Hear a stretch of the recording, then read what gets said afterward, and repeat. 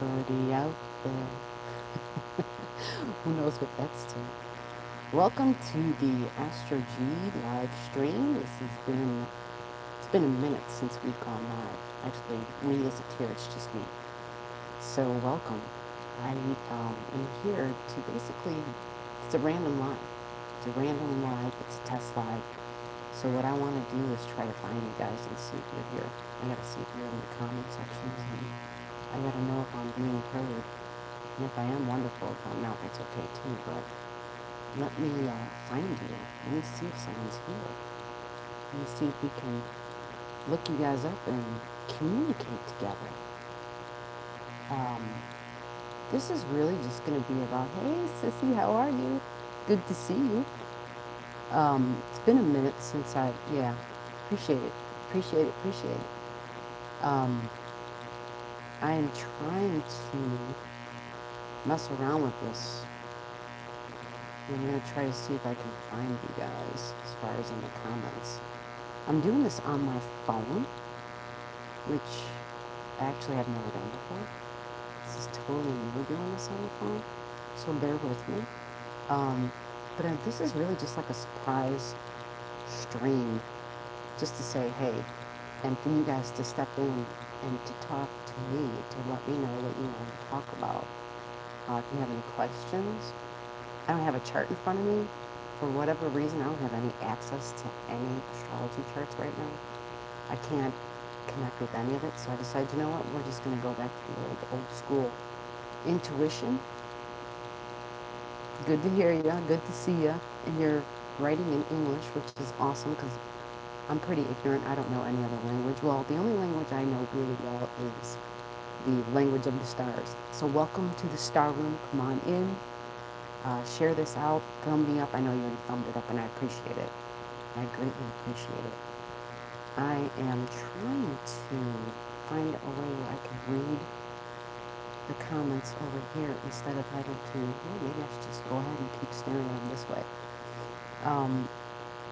I have some family that's on the West Coast. I'm in Central Standard Time Zone, and for them, this is probably the best time for me to actually do this. So I'm just going to experiment and find out what's the best time for lots of different folks and what works out well for everybody. So in the meantime, I'm hoping to be able to touch in with those that I don't normally get to touch in with. And for people who are interested, maybe I don't know, we're just going to explore and see where I'm going to go with this. I don't plan on being up here really long tonight, though. This was really more of a test of the place that I'm at right now, the environment I'm in, the room that I'm in, and seeing how it works out with the equipment that I have, because it's none of it's actually mine. I'm kind of experimenting and winging it. So if you are new, thank you for being here. If you have a question, you may not have an astrology question. You may have a personal question. You know, some people I see people ask questions. Hey, Universal, what's up? How are you? It's good to see you. Thank you for coming through. It is wonderful to be able to touch in with you guys that I never get to touch in and talk to you. I don't know any other language other than English and the language of the stars. Those are the only languages I know. I took a little bit of Spanish in school a long time ago, so I'm a little ignorant in that way. But I hope that, what I love about the language of the stars is that it's universal language. It doesn't matter who you are, where you're from, what language you speak, what religion you are, what culture you are. It touches everybody. And so that is one of the things that I love about it. It gives a universal, it's unified. Hey, Classy Cookery, how are you, lady? I saw later in the evening tonight that you were on, and I totally missed you, otherwise I would have been there. It's good to see you, though. I will try to catch you next time. I came on, actually, very sporadically not too long ago, so I'm doing well. Thank you for asking. I'm doing well. I'm just trying some new things out. I'm trying to experiment. I'm trying to see where the greatest amount of good and focus can be. And I know that sounds kind of crazy, but I'm trying to tweak as I go along, and I'm trying to be a little bit more um, focused on where I'm spending my time. So if I can do some good spending my time with people one-on-one this way, then that's what I'll do. In the meantime, thank you for the heart. Love that. I'm good, Universal. How are you doing? Um, I'm really appreciating you guys being here. If you can share the live out, share it out. And if not, don't worry about it because I'm on right now because there are people who I have who are on the West Coast. There is background noise. Really? Tell me, what does it sound like? I'm sitting here in silence. Yeah. Well, I have a cat in the room, but she's sleeping. Taffy's on the floor sleeping. What are you hearing? You said there's background noise. It could be this microphone I'm using, but it's the same microphone I always use. You hearing anything? Well, give me a description as to what you hear. That might help me. Unless you hear me on the computer. I'm sitting here fumbling around trying to be able to get a chart, talk about the energies of the moment for folks. But people may not want to talk about that. People may want to talk about things that are more personal, and I don't have a problem with that. There is BK ground noise. What the hell is BK ground noise? Forgive me, because I don't know. I'm assuming that means background noise. I'm sitting here in silence. There are folks in the house, though, but they're on the other end of the house. And they're watching a movie. I can barely hear it. I'm in a room with the door closed. Unless you're saying you have background noise on your side. Uni? Universal? Voice? What about you? Do you hear any noise on your end? Or background noise? Or I don't know. Maybe I'm crazy. Yes, I too get the noise. What does the noise sound like? Like, is it, you can't hear my voice? Audio clear but the background voice. Yes, I too get the noise. So it's like a reverberation, like an echo almost. Maybe it's an echo. Yeah. Anyway, that's what this is all about. Me trying to perfect going live. If I end up going live more, it's some audio fault. Yeah, well, that's wonderful. Appreciate your feedback though, because I don't know how to fix it. Do you have any recommendations? We used to go live when we first started the channel in 2019. It was a while ago, but I haven't gone live in a while. No worries, I can get your words. It's some audio. Okay, fine. Well, I appreciate the feedback, guys. I appreciate it. I really do. Anybody have any questions? Because that's really, I have some people who actually tune in to the astrology channel. I honestly, I can probably count them on both of my hands who actually tune in because they really are avid astrology people. They listen to it for the astrology reason, for the astrology, for their own charts. Good to see you guys too. I appreciate you guys being here. And so I was hoping to be able to be live and to test the live first out so that I could be available to answer questions that people have. Because I get a lot of people who ask questions in the comments. Questions about their own charts, questions about, happy Valentine's Day, right? Yeah, Uni, where are you at exactly? Are you in India? I don't even think I know, but I've seen the way you spell J-I, so I'm assuming are you in India, Uni? I don't know how much lag we have as far as time here, like what the delay is. I know there are some times when I'm on some lives, people will say things, and by the time I answer it, okay, Classy Cookery, you're in the U.S., you're in California. Oh, so this is really good time for you then, because you're like a few hours ahead of me. I'm actually in Central Standard. I'm in Illinois. I'm in suburb of Chicago, actually, southwest suburb of Chicago. Uni, I'm sorry, I didn't even see your thing. Where are you at? I need another device to read these comments. How do I read them on my... Got them. Oh my gosh. I have a whole bunch of other stuff that I don't need coming up. Yeah, how do I get into the... Maybe I need to go this way?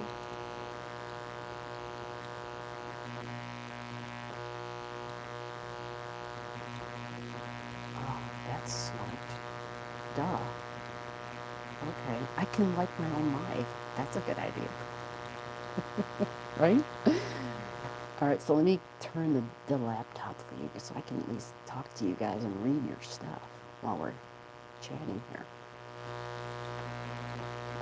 California. Uni, did you say where you're from?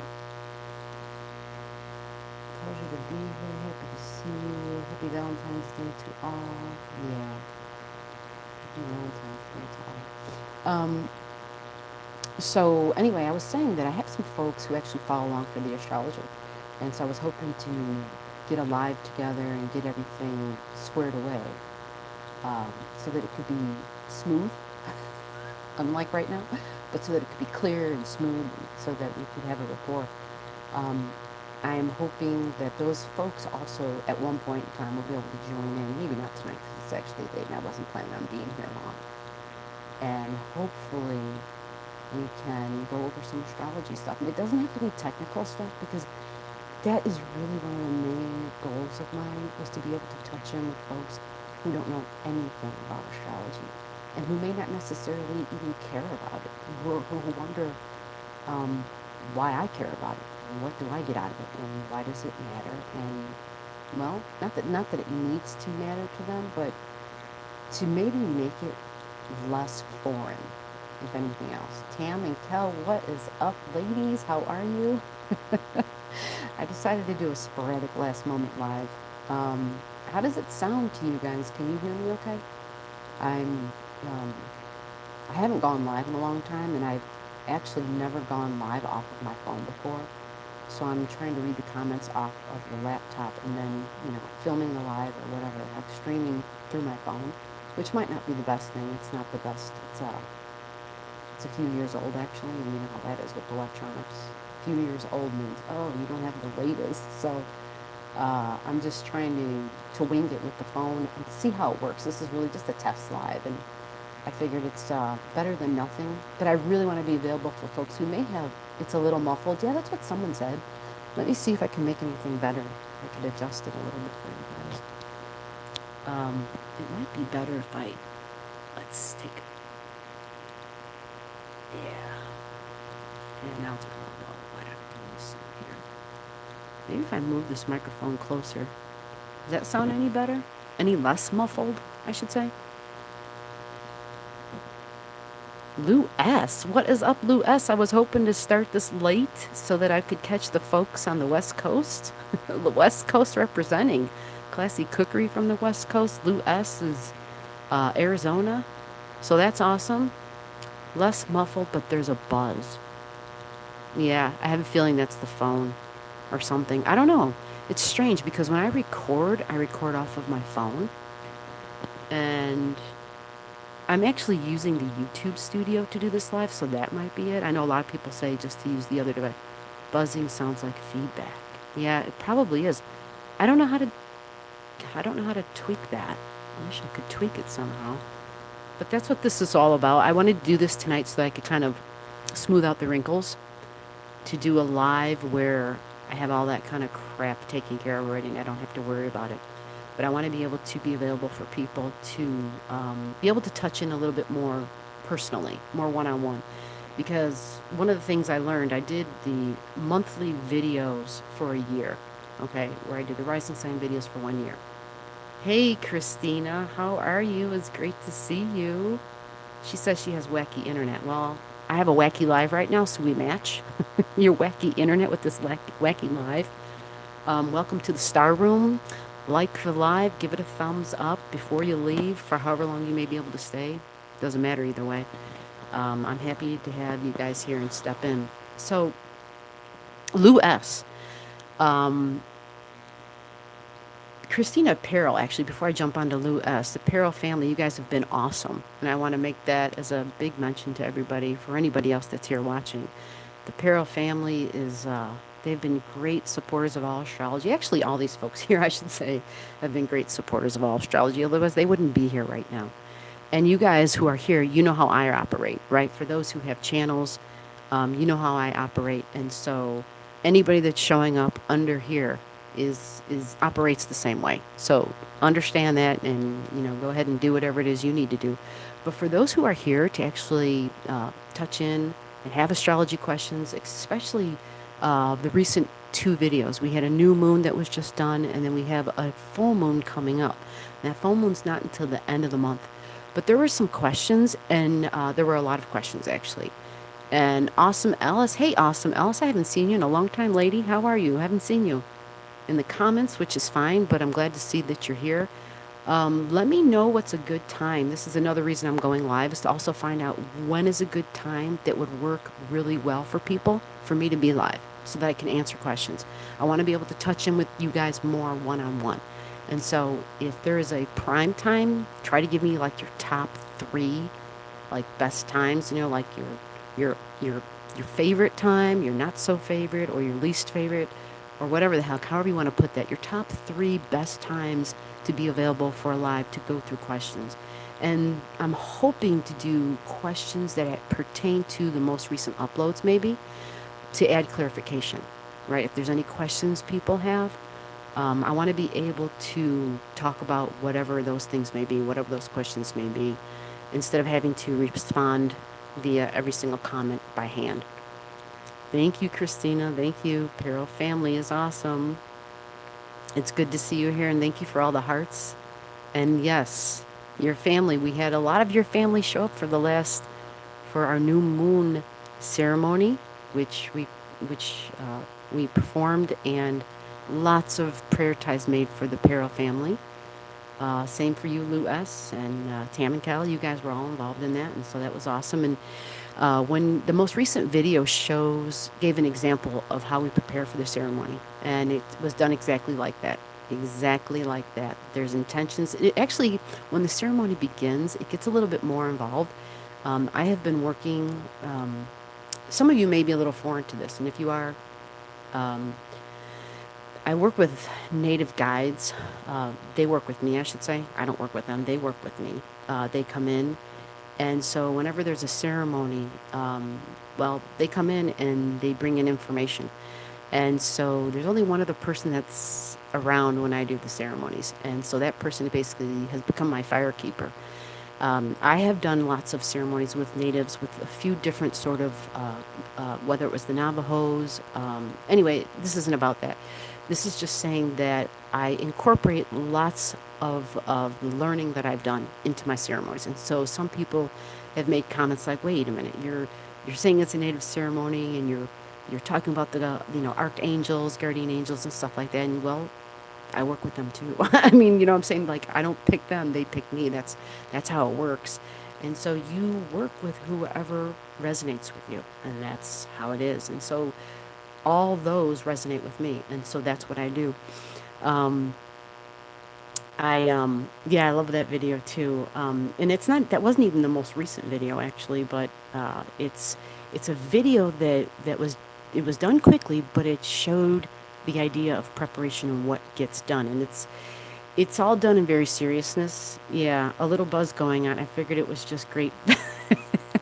I wish I could say that it was great vibes, but they were saying right from the get-go of the live that there was a buzz going on, and I'll have to figure out a way how to get rid of it. I haven't gone live off of my phone ever before, and I'm doing this off of the phone, and so maybe next time I'll switch it. Maybe I'll use the laptop to go live, or from the PC. I don't know.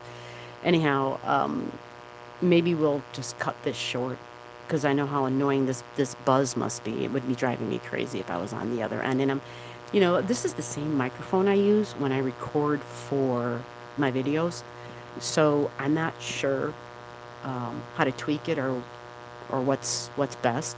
Uni, Universal Voice, you have phenomenal stuff when you do your stuff. You're like top notch on your lives, or on your premieres, I should say.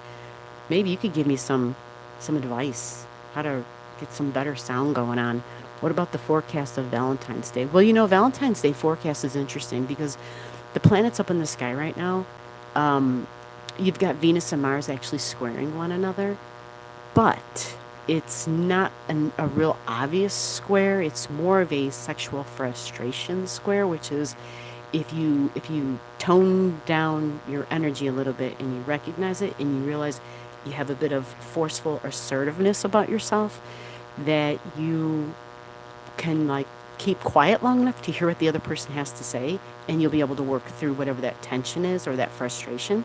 That's basically the Valentine's Day forecast, which is be patient, be more aware of your own intense energies because it's a Mars thing. And remember, Mars is super intense. That's the thing about Mars energy. It has a tendency to be combative, and it's in Taurus, so it can be very stubborn. So you just have to remember to be, back off a little, maybe not be so stubborn. And that's for all of us. And we've already been feeling that. We felt it today, we felt it yesterday, and it's Venus and Mars. And well, Venus and Mars, that is the whole, it's masculine and feminine energies. Now, does that mean it's just a masculine and feminine thing? No, not necessarily.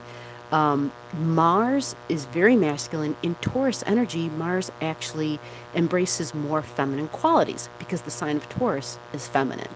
So it's interesting. It's not a clear cut thing, and that's why so many get discouraged with astrology, because it is so complex, and it is. It's really complex, and only people who are crazy, only us crazy people, whose brains, for whatever reason, they just say, you know what, I got to keep digging and figuring this out. And that's the way my brain works. It takes the mind.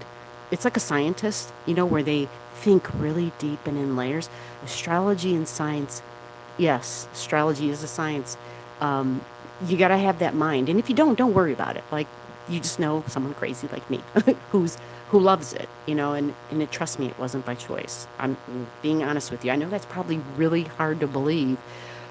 We believe in the native ceremonies can help us a lot. Yes, Christina, that's awesome. Something about the buzz. The buzz was louder earlier. Maybe I'm just getting used to it. Yeah, probably. Probably. Um, the energies for Valentine's Day, it was SRF lady, hey, how are you? I'm so glad to see you. Everybody who's here that says that we got 6 watching, make sure you leave a thumb before you leave. SRF, it's so great to see you. Oh, I see we got 6 thumbs. You guys are all trained. You know what you're doing here.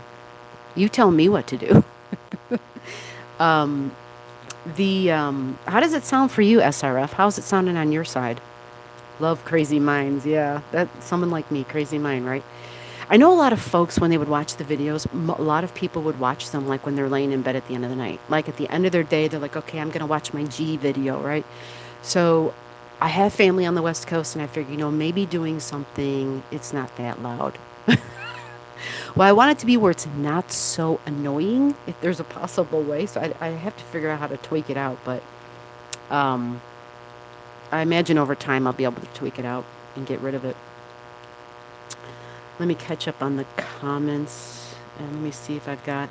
Awesome, Alice, are you still here with us? I have not seen you in a long time, lady. Everything was about the buzzing and the... Yes, the star room, right? And Christina, thank you for being here, and your family and the native ceremonies help us a lot. Yeah, the whole native thing... SRF, you're just a sweetheart. You would say it's not that bad no matter what, I think. I really do. I think you're one of those folks who would just be like, you know what, it sounds okay, don't worry about it. I might just have to spend some money on, I don't know what, we'll see. I think it's my phone, to be honest with you. I think it's because I'm streaming on the phone. But next time I'll try to do it differently, or maybe I'll commandeer somebody else's brand new phone and see if she'll let me do that. Because it would definitely sound better, and the imagery would probably be better, because my phone is actually a few years old. Few years old, yeah. A few years old. A few years old. Let's see, it's not that bad. What else do we got? Who are all getting possibility to fall in love this special day? You know what? What is love, right? Isn't that a good question? I see a lot of people, especially over at Universal Voice. Universal Voice has some awesome videos that have music, and awesome, Alice, you're there. They have music and have just these beautiful themes with tons of detail below the videos. For all those who are in this chat who are on YouTube as YouTubers, keep in mind that anybody who's showed up here, you know how I operate, all right? Most people say, ain't nobody, no one else comes through more truer than all astrology. And so understand that anybody that is showing up here in this chat, these people are the same. They operate the same way I do. So you go do your business with them, make friends with them if you don't know who they are. A lot of these folks, believe it or not, I'm the only one I think that speaks like native English language. And you know, I've got so many people who may not be here right now, but who speak a different language than I do. But you know what? I'm a big believer in a universal language. I really am. Before astrology began, I was a big believer in that you could speak different languages, but there's an understanding between people, and it's got nothing to do with the words that come out of your mouth, right? I'm a big believer in soul energy. I'm a big believer in souls being able to communicate with one another. Um, and that's why I always refer to that in the readings, because it's true. It's just there. You meet somebody and you're just like, oh my God, I feel like I've known this person my entire life, right? Or yeah, how can you have that resonating feeling with someone that you don't even know? And with YouTube, we don't know each other. We say we know each other. Oh, they're my neighbors, they're this, they're that, and it's like we don't know each other, but there's this commonality that comes through when we talk, right? When we understand each other and when we communicate, and when we're communicating in different languages, how do we understand one another, right? It's just, it's what it is, you know? And so that is the beauty of astrology too. And again, this doesn't necessarily have to be just all about astrology, but I do want to make this, you know, where people who are into the stars ask me questions. Let's talk. And if you want to talk about the recent new moon, great. If you want to talk about clarification on recent videos, is really what I was hoping. But the truth is, I want this to be about you guys. This is the star room. You are the stars showing up, and this is the truth. So this is how it's got to be. Okay. Let me see if I can. I want to make sure I don't miss any questions or comments. So let me kind of back up here and make sure if there's anything somebody's said. Um, let's see. Peril family, yeah. Tam and Kel, great channel, loyal people. I mean, all these people, everybody.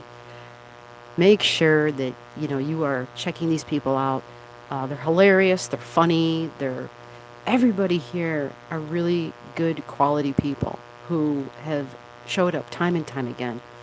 Um, Now, there's a few people in here who are really just, they're here because they actually listen to me for the astrology. And these are the people, you know, who I want to make sure that I give them a platform.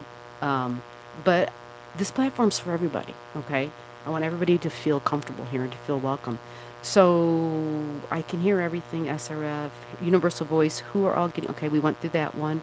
Who's going to fall in love on this special day? Yeah, answer the question. What is love? That's where this kind of started. What is love, right? Over the years, I've learned that for me, the word love means acceptance.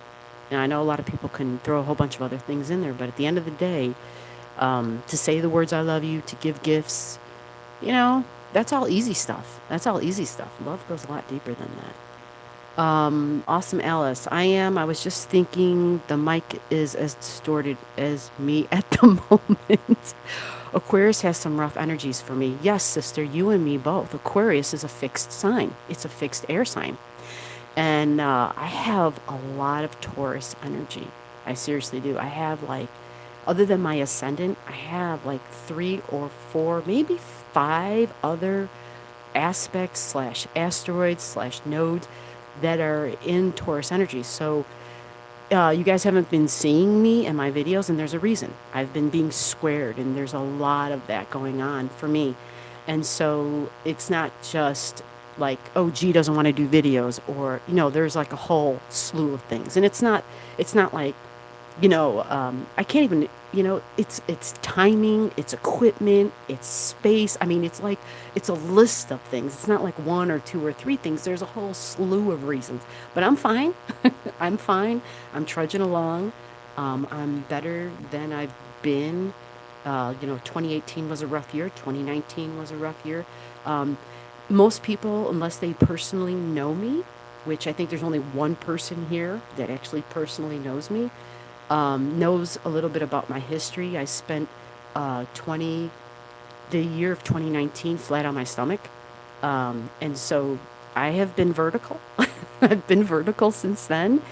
And astrology has helped me to do that, to be able to sit down and sit up for multiple hours at a time and to talk to people and to look at charts and to keep me sane. And it kind of dug me out of a deep hole. And so I am here and I'm glad to be here and I'm doing better than I've done in a long time. So yeah, awesome, Alice.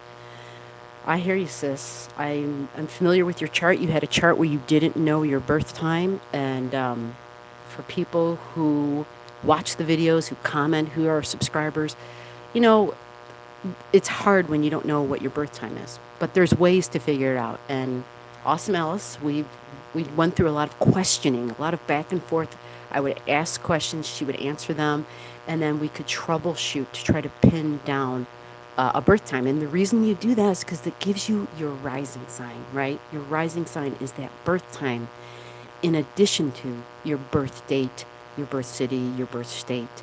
Uh, and so the whole point of that is so that you can figure out, once you know the person's rising sign, that helps us to see the timing of cycles of events in your life. And that's how somebody can say, okay, you're coming upon a rough time, right? So awesome Alice, she's having a rough time. Why?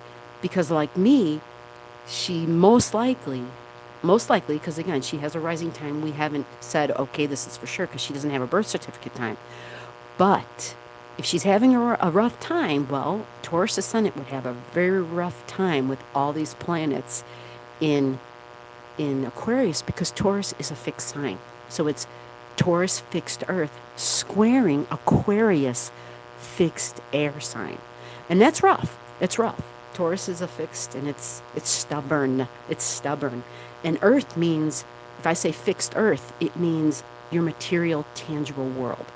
It means you don't want to stray from it. It means, you're possessive about things, and you're stubborn about the things that are yours. Um, and it doesn't have to be necessarily just material, because the sign of Taurus, depending upon who you are, you can graduate, right? You can make that energy sort of elevate, and in that elevation, the expression of a material thing can take on a different level. Some do it with beauty and food and art. SRF says she's the biggest procrastinator.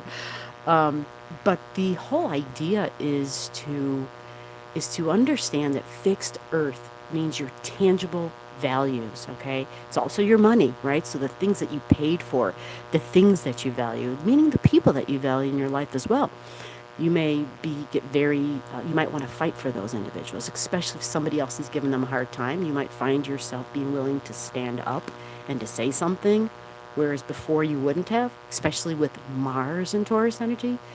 So with Mars squaring the Aquarian energy, and that's the air, the fixed air. Air represents the ability to think and talk and speak and communicate. Okay, so it can be combative words. I know today here, I have two other housemates, and somebody made a comment about something, and the comment, somebody said something general, and they were like, "Wait, what? What did you say?" No, it's this. And so it was like, it was, I don't want to say nitpicky, but almost, because it was like, okay, you said this, but it really means this. And so they weren't the only ones that had that happen. I had the same thing happen when I was talking to one of them earlier. And so it was this, be very careful with what you're saying. You have to be very clear with what you're saying, because we have Venus and Mercury right now conjunct. They're together. The sisters are literally together right now in the sign of Aquarius. And that is fascinating, because here we are. Here I am doing a live, showing up randomly in February. But I had this pressure, like the universe has been pressuring me since as soon as all the planets got into Aquarius. It started like a month ago. I was like, oh my God, I have to go live. They're telling me you have to go live now. And I'm like, I don't mind that. It was just a matter of, I have to have the environment where I could do a live, right? Like, I can't have the music going on in another room or the TV, anyway. And Taffy's all good because she's up in here with me on the floor. She's sleeping on top of the air vent, nice and warm. So, anyway, I think I've just went off on a million different tangents. Let me back up here and do the questions. I gotta keep this. I wanted to say this freaking microphone. I have to hold it next to me because I want to make sure you guys can hear. So, oh yeah, universal voice. Where are we at? Lou S. So yeah. Back to you were saying earlier, you were doing the rising signs and sun signs for about a year. Yes, thank you. Let me get back on track here. So I did that for about a year, and I don't have an aversion to it. But what I'm trying to do is I'm trying to not be like every other astrology channel that's out there that does rising sign readings. And I realize there may not be a trillion of them, but I do know there's a million of them. So I have to do something that is more in tune with what the viewers of all astrology want. And so right now, me being live and being present for people who show up and being able to help them understand, I guess, whatever they need to understand and how the events of their life currently, what does that have to do with the stars, I guess. I'm tweaking it. And so I'm not, making a statement of, okay, this is the way it's going to be from now on, or these are permanent changes. I'm tweaking it. If you know anything about me, I'm constantly always trying to tweak something to make it better. So maybe once all this stuff isn't, squaring my energy so badly, you might see me going back to doing things the way that I was doing them. We'll see. I have to just constantly be flexible. If I have to be flexible, so does everybody else, damn it. Because, man, Taurus energy. Oh, I just lost my lighting. Hold on a second. Oh, I know what happened. And I know why it happened. Okay, guys. So, this is probably really bad right now. I realize this other thing's on a battery, but I think I have a reservoir. I think I have a backup lighting thing. I actually do. It's not. Hold on a second here. I don't mind doing this in the dark and having the stars being out there. I kind of like it. I really like it actually. My internet kick. Hold on. Thank you, Christina, for coming back. I don't know. When I start talking, especially if we start talking about the stars, it's almost like I need somebody else here to tell me what the questions are in the chat, which I might do with Miss A when she's not doing her schoolwork. If anybody's watched our videos on all astrology, my astrology partner, we did all the stuff together, but she has multiple jobs. One of them that she didn't have when we started the channel was working with her husband. And, oh, here we go. We got some other light.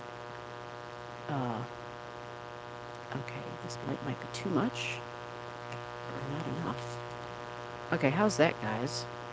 Is that a little too much? Oh, God, yeah, that's like crazy light. Okay, so how about that? Okay, whatever. That'll have to do. And then that one's actually on battery too. So when you started believing in astrology. All right, well, hold on. I'll get to that. Yeah, somebody tell me what the hell was I answering? Started messing with that light. Where was I? Oh yeah, tweaking the channel. I spent a year doing the rising sign readings. Because that was my way to try to, just to try to say, hey, this is astrology. Come on, let's talk. But it was also for people to be like, wait a minute, how are you able to talk to me about my life? You don't know me, right? And that's just the thing. That's the whole point. It's not to say, hey, I'm G and I can tell you things, even though I don't know you. It's not about that. It's about for you to know there is this wisdom, the wisdom of the stars, and that you too can be in tune with it. Because I truly believe at my core that all of us have a built-in homing beacon, okay? Homing beacon / antenna. It's our intuitive abilities. Depending upon what's going on in your life, has everything to do with how well you can hear, and how everybody hears is going to be very different. It's not the same for everybody. I can tell you that much. It's very different for everybody. And so that can be a whole nother show another time. And I would love to have a show about that kind of stuff because that was my first love. I first started um, doing things that had to do with the metaphysical realm back in 2010, 2009, 2010. I started doing ghost hunting. I would go out and I would explore and I would go by myself. And somebody who's here tonight, Lou S., are you still here? Lou S. is actually one of my blood sisters. I come from a family of 11 siblings. Yeah, there were 11 siblings, and Lou S. is one of my siblings, actually. Lou S. knows this about me. I was always really, okay, I have this weird shadow thing. Well, it goes along with the night, right? I was always into, like the paranormal stuff. And so when I started doing ghost hunting and investigating, uh, Lewis would say, you know what, maybe you should find other people because, a lot of the ghost hunting is you would go into abandoned places and it wasn't necessarily safe to go alone. And so Lewis would be like, hey, you need to partner up with some people, And so Lewis, I don't know if I ever told you this, but that's when I actually went ahead and I joined on with the Illinois Ghost Society. And so we were a paranormal group that used to go ghost hunting. And we used to do overnights. We used to go into places that were known ghost hunting places. And so that really started before the astrology stuff, believe it or not, because another person at that same time said to me, Gee, you need to start studying astrology. And I was just like, what? I'm having too much fun. I do not want anything to do with that. And I swear to you, those were my words. I was like, no, I don't want to do that. I'm having too much fun in the metaphysical realm because I was having a blast. I mean, I've seen some stuff, people. I've seen some stuff. I've heard some stuff. I've been involved with metaphysics for a while, and I've known a lot of people who've also been involved with it. And it was just, when you get involved with that, and if it's your first time it can be exciting. And so it just got to the point, though, when I started doing the ghost hunting stuff, it became difficult for me because when you go on ghost hunting, at least the group I was involved with, you're there to prove that which the physical eye can't see. You're there to find a way to prove, to get evidence.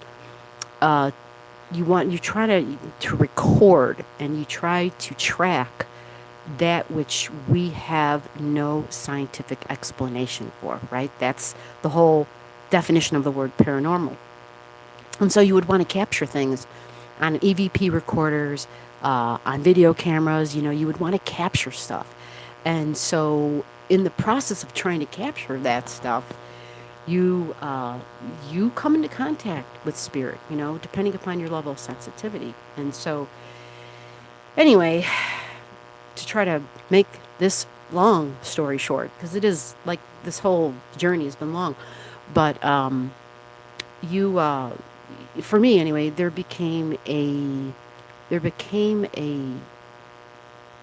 became torn. I became torn because it was like it was as though we were this is going to sound crazy to some people. It was as though we were exploiting beings on the other side. And we were, because you would say things, you would talk. Not that anybody was verbally abusive, but the whole thing was you would talk to try to get a reaction from the other side. And anyhow, we can save that for another time, but astrology came after that. Because I ended up working with, anyway, it's a long story. These are all things we can talk about on another night. But as far as when I started believing, I think there was always information that came through. And what astrology did for me was it connected the dots to me having knowledge of things and not understanding where the information that I had came from. And astrology gave me that answer. Astrology gave me the answer of, how do I know what I know? Nobody else can answer the questions that I have,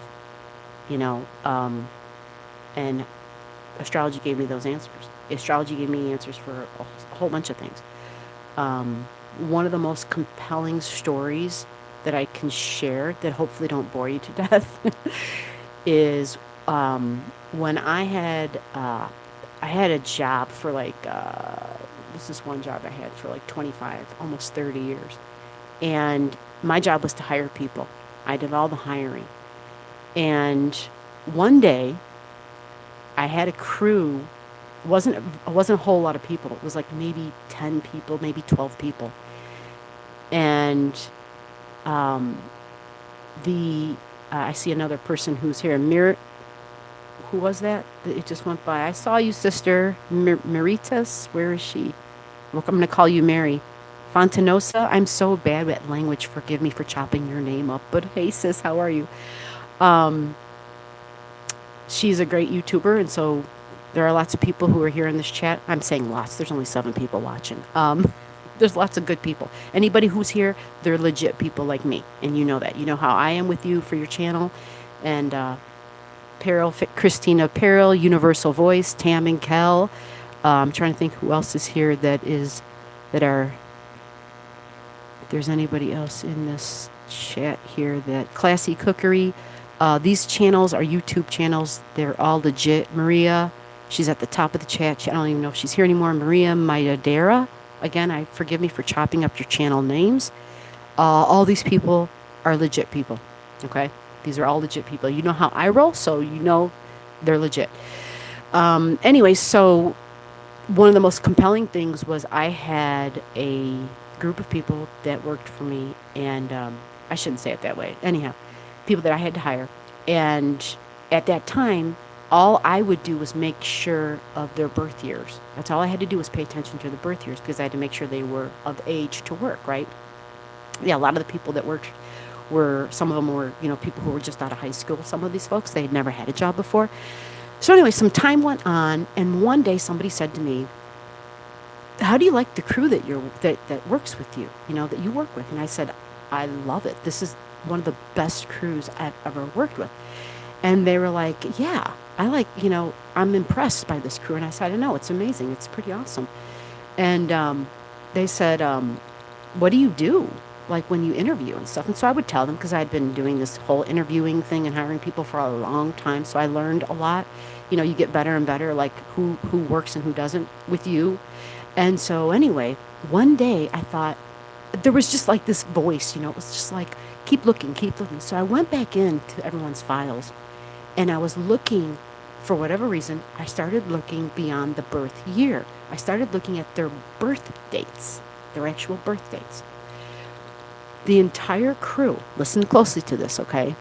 The entire crew, because this was the event in my life, my day-to-day life of just working and doing regular mundane work. This was the event that said to me, this stuff is completely legit. The event was, once I looked up all their birth dates, every single person that I had hired, every single person that was working with me, and this crew that we worked together really well, every single one of them was a Capricorn sun sign. Every single one of them. Now, when I hired them, I was not studying astrology. When I had hired them, it was strictly off of my interview, right? Strictly off of looking at a resume, having questions on the interviews. That's all it was. But when I saw that every single one of them was a Capricorn sun sign, a Capricorn birthday, that's what your sun sign is. It's your birth date, okay? Not the time, it's your birth date. Every single one of them was a Capricorn.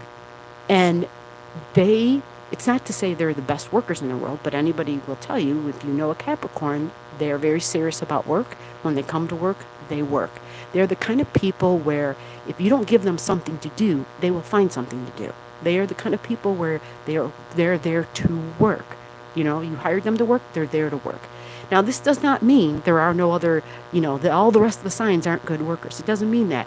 It just means this was my story. This was how, when I saw that, I thought, oh, wait a minute. There is definitely something to this, and I need to take this a little bit more seriously, and I need to do a little bit deeper diving into this. And so I went back to someone who I consider a great teacher of mine, who I called Yoda.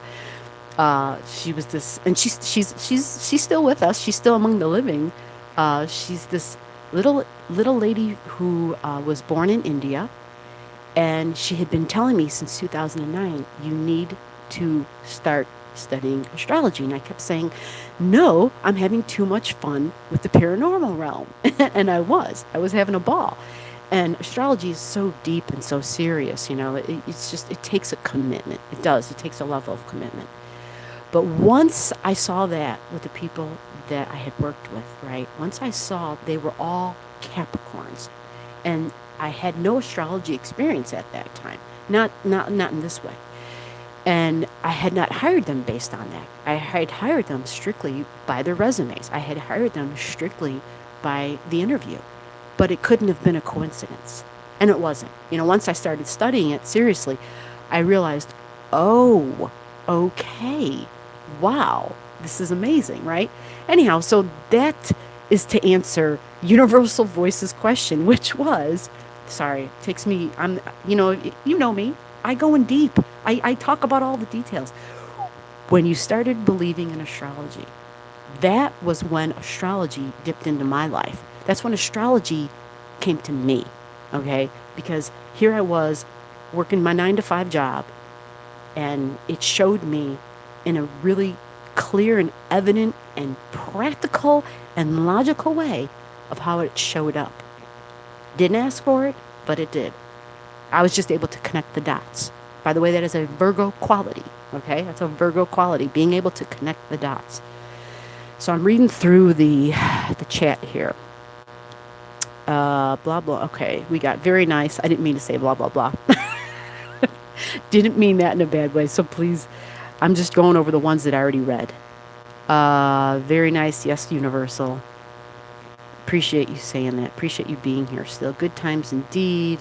Maria, I got you. Hello, Universal. Pleasure to be here. Yes, Universal. Great to have you here. Christina, been watching you. We've been watching 60 together. I'm not sure what that means. Oh, 60 videos. Oh, the Peril family, they're serious folks. They mean business. You hook up with them, they do right by you. They have been legit people. I think that's what she's referring to. Okay, so great story. Cannot hear that one enough.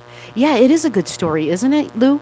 It's a great story because it shows how astrology dips right into your life, and it's a real practical way.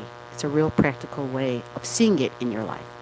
Because for me and for so many, it's so foreign. It's foreign. It really is. It's a language that, unless you've spent time with it, you just don't know it. But there are some people out there. There are some folks. Let's see, SRF, if you're still in the building here. If you're still here in the star room, SRF, are you there? If you're still here, SRF understands things about astrology. Alice, awesome Alice, understands things about astrology. Lou S., you understand things about astrology. Even though you guys have lots of questions, I still have questions. I'm still learning. That's one of the things that I absolutely love about it, is it's a constantly learning process. So if you're someone who's hungry for learning, if you know that you don't know everything and that you are here to learn and you are here to keep evolving, then astrology is for you. It just is. Because the thing about astrology is that as we, as human beings, grow and evolve, the meanings of the planets and the signs, so too do they evolve. I know that's crazy, right? That's mind-boggling. That's like, whoa. But that's how it works, okay? A good example is the sign of Gemini, okay? The sign of Gemini / Mercury. I say / because I see things in form of a text in my mind. So it's like that / and that's what, when I say / that's what it means. I should just say the word or. The sign of Gemini is ruled by Mercury. And Mercury simply used to represent, like they would say, newspapers, periodicals, the newscaster, the news, right? Well, nowadays, we get our news, nobody's getting the newspaper delivered to the home anymore. right? We're getting it now on our devices, right? We are getting a lot of our news via social media. And now, as people where news is instantly and happening, right? Because we can take our phone and we can immediately be the reporter now. So the planet Mercury has evolved. The meanings have changed. They have evolved because we have evolved. We have grown. Our ability to communicate is now, well, look, where are you guys all from? Put your countries in. Tell me where everybody's from. If you're in the U.S., tell me what states you're in. So this is a great example of Mercury. You know, I'm sitting here talking. I am in a suburb of Chicago, Illinois. All right, I'm about 20 to 30 minutes south side of the city. Okay, but where's everybody from? I saw up earlier, Classy Cookery is from the West Coast. She's from California. We have some other people here. Look at this. We've got South Africa in the house. Awesome, awesome Alice. Did I know you were from South Africa? I didn't realize that. Well, hello, South Africa. So whoever else is here, where are you from? Put in your countries. Let us know where you're from. This is a great example. You know, when Mercury, back in the day, there was no way, like, I'd be talking to South Africa, right? Universal voice. India in the house. South Africa in the house. Arizona, right? In the house, right? Arizona, USA. We've got people from all over, in the house. Florida in the house. Come on, whoever else is here, where are you from? Philippines, represent, right? Like, we are here talking, communicating, but yet Mercury could have never have done that before. Mercury was the newspaper or the radio, right? Remember back in the day before the television? Listen to me, I said remember. Sometimes that's how I feel. Seriously, do you ever feel like that? Like you were born at a different time? You were born from another era? Back in the day, the news only came over through the radio, right? And how did we get the news before the radio? How did we get the news before the radio? Give me some answers. We got some smart people in this audience, especially those folks over there in the Philippines. Y'all are on 10, right? The folks in South Africa, the folks in India, man, y'all are like super smart. How did we get information? How did we get news, right? Paul Revere, I used to say, right? We used to get it in I say we, but what did they call that? The telegraph, right? We used to get news through whether, the horseman, right? Person on the horse, riding over to the next town or whatever the heck. So we've got people from all over the world. Pony Express, yeah, Paul Revere, Pony Express, that's what I'm talking about. So we used to get news differently. We used to communicate differently. And so the planet Mercury has evolved. And since Mercury rules Gemini, so too is the sign of Gemini evolving. And it's growing and it's changing. Because now the information, the communication, I got my phone in front of me and people, carrier pigeon, there you go. There's a good one from the carrier pigeon, right? Exactly, right? They would train the birds, carry these little messages in the bottle. Oh, yeah, what about that? Message in a bottle, right? Throw the message out. I mean, there's tons of different ways that people communicate. But now, it's what? It's 11:30 Central Standard Time, and I'm talking to people. Tell me what time it is where you're at. South Africa, what time is it where you're at? Right? India, what time is it where you're at? India, this is early for you, right? You're just getting up. Pretty soon, I know she's in South Korea. I was trying to find out from her when would be a good time to go live. Every time I think something, you speak it before I can type. Yeah, you're definitely a Taurus rising, sister. I know you don't want to I know you don't want to claim Taurus rising, but you are. It's so funny. Okay, so universal voice, India. It's 11 in the morning in India. Okay, well, so we're 12-hour difference, which is good to know. That was easy. Smoke signals, hell yeah, Tam and Kel, smoke signals. Absolutely smoke signals. That's right. Smoke it up. I don't smoke, by the way, but I do burn a lot of sage. Y'all know that I am a sage burner, sage and cedar and sweetgrass burner. That's why I got my little candle over. That's why I keep that going. It's not so much about the statue. It's more about, although this was a gift from a friend of mine from Egypt, um, but it's to, I can burn my sage in it. It's really what it's about. But this is a divine mother goddess energy. Um, so let's see, Valentine's Day Eve. Yes, Valentine's Day Eve, right? And it's Venus and Mercury conjunct each other. And what am I saying about those two? They're sisters, right? And so they're conjunct each other in Aquarius. I swear I didn't plan this like this. It just happened this way. Like they're out there binge watching some movies and it's really loud and I'm just like, oh God, I can't get any editing done. I can't anyway. I'm like, can I go in the other room and do this? They're just like, yeah, go right ahead. I'm like, okay, I'm gonna go do it. And then the equipment wasn't working and functioning, and especially when I first got on. And it's probably still really bad. The sound is probably still really bad. Paleo Santo. I just burned some of that. Awesome Alice, I just burned. Oh, Marie, hold on a second. I'm going off on different tangents. Paleo Santo. I burned some of that the other day. I can only handle a little bit of that, just a little tiny bit of it, and it gets to me if I burn too much. So Maria Miritis Fontanosa, where are you? What country are you from, sister? You said 1:30 p.m. Where are you at that you're at 1:30 p.m.? Yeah, Mercury retrograde. That's right. Mercury is still in retrograde. That's a big deal. Tam and Kel, you're in Florida, 12:30 a.m. You're at 10:30 in Arizona. In South Africa, 7:30 in the morning. Awesome, Alice, you're up early. Believe it or not, I had somebody make a comment to me the other day, and they were like, "Oh, gee, you're a late person. You stay up all night and blah blah blah." You know what the truth is? I truly, when I lived alone, I was blessed. I got to live alone for 8 years. It was the best time of my life. It really was. It was the best time. I loved living alone. I got to do, anyway, you get a lot of freedom when you get to live alone, but I woke at 5:30 a.m. every morning. I really am an early person. I'm that kind of person who likes to be up like an hour and a half before the sunrise. Have you ever seen that time of day? It's when it's when the blue turns black. Or no, I'm sorry, I said that backwards. It's when the black turns this magical blue color. It's beautiful and it's peaceful and it's so serene. It's my favorite time of the day is an hour and a half before sunrise. It's gorgeous. And then you can hear the birds, and I'm a big winged being person. I love animals, but birds and me, we have a thing.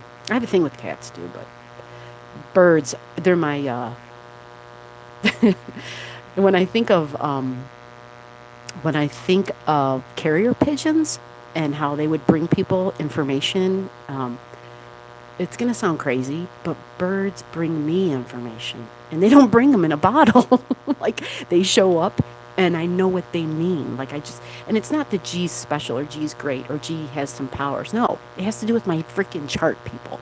I could show you my chart and I could tell you why that is. That's just what it is. That's how it works. Yeah. So birds, they show up, and different kind of birds mean different things. And so, I am getting freezing. I know I've got a hoodie and a hat on. Let me catch up on these questions, make sure I haven't missed anybody. Classy Cookery, you are here. Where are you from, Classy Cookery? You said 9th. Oh, yeah, that's right. You're West Coast. Awesome. Paleo Santo. Mercury retrograde. Awesome. Alice mentioned Mercury retrograde. Yeah.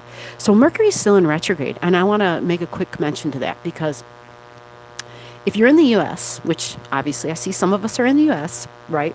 I'm not going to make this political, but we had everybody knows, I imagine people worldwide are watching this. There was um, the trial that was going on. And I try to stay out of politics, but I'm not ignorant, okay? I have to be involved in things because much of the astrology, you know what's going to occur just because you understand what sort of energy is present and what the force of the flow, right? You understand what it means and what sort of energy is there. And so Mercury retrograde means all the information isn't in yet, folks. Just keep that in mind, okay? That's what Mercury retrograde means. And the recommendation especially for people in the US who are thinking about doing their taxes, don't do anything until March 13th. Okay, that gives you, like, I think that gives you a month before taxes are due. Because if you do anything during a Mercury retrograde, I'm like stumbling over my words. Um, Once the retrograde ends, okay, the retrograde's going to end. Um, what's today, the 14th? So we've got, like, I think maybe 10 more days left of the Mercury retrograde, but it'll still be in its shadow zone. And so what that means is that there's still information. SRF is Kentucky. There's still, forgive me, when I'm looking at my phone and recording, like, everyone's comments they just pop in as I'm trying to talk. Anyhow, so as the shadow zone is still in effect, you want to wait until Mercury gets out of her shadow zone. Once she pulls out of that shadow zone, okay, once she's out of there, then you not only have all the information, but the timing of it and the releasing and the understanding of it is better, okay? So you'll just kind of have to experiment with that. I'm not going to say you have to trust me on it, but do your own experimenting. That is my recommendation, because that is how I treated astrology. Remember at the beginning, I said that I totally didn't want anything to do with astrology. I was having too much fun with the metaphysical realm and stuff. So when I got involved with astrology, I said to myself, well, astrology has to prove itself to me. It has to prove itself to me. So since then, I've always treated it as an experiment. And the more I started learning about astrology, I realized, well, it is scientific, and that's what scientists do. That's what they do. They hold experiments. So do the same thing. If you want to go ahead and do your taxes before then, well, then by all means, go ahead and do it. My recommendation is that have another set of eyes look over the details, okay? Because Mercury's all about the details. That's what Mercury rules, the details and the information. It's crossing the T's and dotting the I's. And many times, a simple mistake can screw up a whole lot of things that might give you a huge headache later on, so you just don't want to have to deal with that. I don't want you to have to deal with that, because I don't want to deal with that, right? So just keep that in mind, and if you choose to go ahead and do it anyway, that's my recommendation. Have a professional set of eyes, look over the stuff for you also, in addition to you. Because typically we just don't have everything present that we need, okay? Sunrise Star, welcome. Thank you, lady. Thank you for showing up, sister. How are you? Thank you for being here. For everyone that's here, yeah, thank you for giving me the thumbs up. I greatly appreciate it. So let me get back. Mercury retrograde. Okay, so Maritas, God, I wish I knew how to say your name properly. Marites. For right now, I'm going to call you Mary, if that's okay. I feel really stupid saying that, but that's what I'm going to say. Yes, happy Valentine's Day. Hello. I'm glad to have you here. So you're in the Philippines, so yes, another smart one. So we've got classy cookery. Hi, G, I'm back. I didn't even know you left, sister. I get involved talking, but thank you for coming back. Just finished dinner. Whoa, you just finished dinner at 9:30 at night. Okay. Let's see. SRF. Yes, I'm here. My internet keeps buffering, so I'm behind. You know what? I totally understand that. There are many times where I go and I'm typing in the answer to something, and yeah, I totally get it, sis. I totally get it. Sounds like a video. What sounds like a video, Lou S? Whatever that is, punch it back in as the answer here so that I know. Yes, SRF, Kentucky. What's up, Kentucky? So, Kentucky, are you on the same time zone? I think you are. I think you're on the same time zone as me, Central Standard Time. You have to forgive me. Like operating in the astrology realm and then doing this stuff simultaneously and then operating on the other side, the other realm, it takes a bit of finagling. That's the best word I can use. So if there is anything that I'm getting wrong as far as your name and how to pronounce it, or if you hear me making some astrology mistakes, that's why I wanted to always make sure that I recorded stuff so that I could edit and make sure that information that came out was was correct, was accurate, was clear. Um, I, I take astrology really seriously. That's the other thing. And I say that because it's not making a cheeseburger and a hamburger. You know what I'm saying? I'm not making some burgers and cheeseburgers and hand them to you in a bag. Your astrology is your life, and I don't take that lightly at all. It's very serious for me. When I talk to somebody about their chart, because you know that happens. People actually want people to take a deeper dive, and so when I'm doing that, it's serious stuff. It's somebody's life that you're looking at, and so I take it, yeah, really seriously. Good night, Classy Cookery. Thank you for stopping in, sis. I really appreciate you being here, and hopefully I get the sound issue and the mic stuff cleared up by the next time I do a live. Thank you for coming by. I appreciate you very much. Um, Let me see here. Classy Cookery. Let me see. Let me go back to where was that? I also have a thing with the bird. Let me back up. Just finished. Okay, right. So I'm caught up. Awesome, Alice. I also have a thing with the birds. I believe that, sister, because based on your time of birth, and if you're a Taurus, see, this is another indicator that you're also a Taurus rising. Because I know this might be confusing to some people, and I know I just think I shook the table. But what happens is the slower planets, okay, the outer planets, they move really slowly. And so if your ascendant sign matches with mine, then that means you have similar outer planets in the same location that I do, okay? And so if you know that you have a thing with the winged beings, then yes, sister, you can be rest assured that you are a Taurus ascendant, okay? Now, does that mean that this is true for all Taurus ascendants? No, because it has to do with the year that they're born as well, okay? It also has to do with the year that they're born, all right? And remember, ascendant sign is different than your birthday. Your birthday is your sun sign.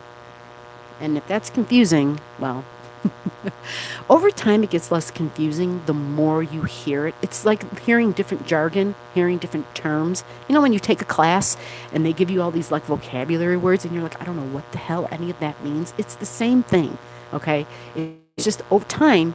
Lou S., you could speak to this, and SRF, right? You guys have been here from the beginning of all astrology. And you could totally speak to how the words you hear coming out of my mouth make more sense now than they used to make a year ago, right?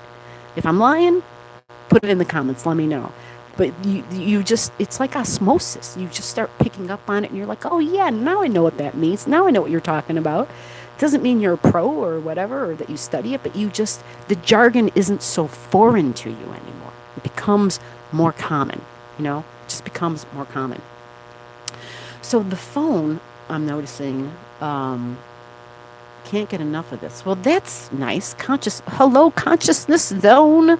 Where are you at, consciousness zone? We're asking everybody who's made it to the star room. This is the All Astrology Star Room. We are asking everybody to let us know where in the world they are so that we understand we are all stars and that regardless of where we're at or what language we speak, there is a universal language.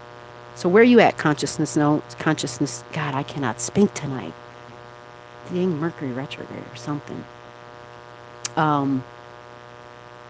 Make sure you give us a thumbs up for all of these lovely, lovely people. Consciousness Zone is in Australia. I didn't know that. Hello, Australia. Thank you for being present. You also have to tell us what time it is where you're at. We're also doing that. We're asking, where are you from? What time is it? Because, of course, we got people here from South Africa, from the Philippines, from Florida, USA, California, USA. We've got, who else do we got in the house here? We've got Australia now, right? Darwin, Australia. Philippines. Did I miss anybody? I probably did. Again, just understand my focus is really scattered, okay? Hong Kong's in the house. Hello, Hong Kong. What time is it there? Yeah, you see me, I'm all over the place. Taffy's in here. I'm so glad that she's not Um, there's not a lot of space up here. I'm in a different place that I normally record from. And normally there's plenty of room. There's a big desk. Right now I'm actually in an art studio and there's not a lot of space. There's a lot of drawing supplies. And so there's no room for the cats to come up and join in. I mean, there's a little bit, but I've got a candle burning and I've got the laptop up here and I got my bottle of water and all this craziness all over the place. I can make a little bit more room if she comes in here. All right, so we've got Hong Kong in the house. So it's 1:45 p.m. I'm assuming Hong Kong, 1:45 in the afternoon. Like, did you have a good lunch today? So we've got consciousness zone saying that it is 15:14. Consciousness zone is coming in with the military time, so that would be 3:14 in the afternoon, 3:14 p.m. That's so awesome. So for all you people who are here that are YouTubers, all right? And so this is Sunrise Star 88. This is Consciousness Zone. This is Universal Voice. Take a look. Scroll through the chat. If these people have showed up for all astrology, okay, think about this. You know how all astrology shows up for you, right? Okay? So these people are all legit. These people will all show up for you, okay? Classy Cookery. Tam and Kel, okay? Tam and Kel, definitely. Meritus Fontanosa. Again, I'm sorry I'm chopping up some of these names. These are all really good people. And yes, some of these people may not speak your language, but it doesn't matter, okay? None of these people, when they're doing their lives, they're speaking languages I don't even understand, okay? But it doesn't matter. Their soul spoke to me. My soul spoke to them, whatever, and we've connected, and they're good people. They show up. You have a live, they're going to be there. Let's see. I said Tam and Kel, Universal Voice, Christina Peril Family Vlog. I don't know if she's still in the house. Christina, if you're in the house, she's in the Philippines. Christina actually does speak some English, which is awesome. And she, a lot of these people who have, their natural native tongue, a lot of times they have English subtitles. But she's another great channel. All these channels, every channel that's here. If I didn't say your channel yet, forgive me. But I have to take some time out to do that for these people. So I hope the people who are here for astrology will forgive me for a minute and be understanding. I want to make sure everybody here gets taken care of, whether it's for astrology or whatever that may be. And if you are not a YouTuber, you don't understand the grind, okay? The YouTubers understand the grind. And when I say grind, it's a real thing, okay? You need to have a community of people who will support you. They're very, very important, okay? Nobody is more important than the people that show up for you. And so that's whatever kind of a subscriber you are important. So here in the Star Room, everybody is important, okay? And so I want to make sure that we all get taken care of tonight. If there's anybody that I did not mention, make sure that you just comment so that I can make sure. Maria Mayadera, I don't know if she's still here. Maria, if you're still in the Star Room, please put where you're from and what time it is. That's what we're asking because we're proving a point. This is like a Mercury conjunct Venus, which is love. Venus is all about love.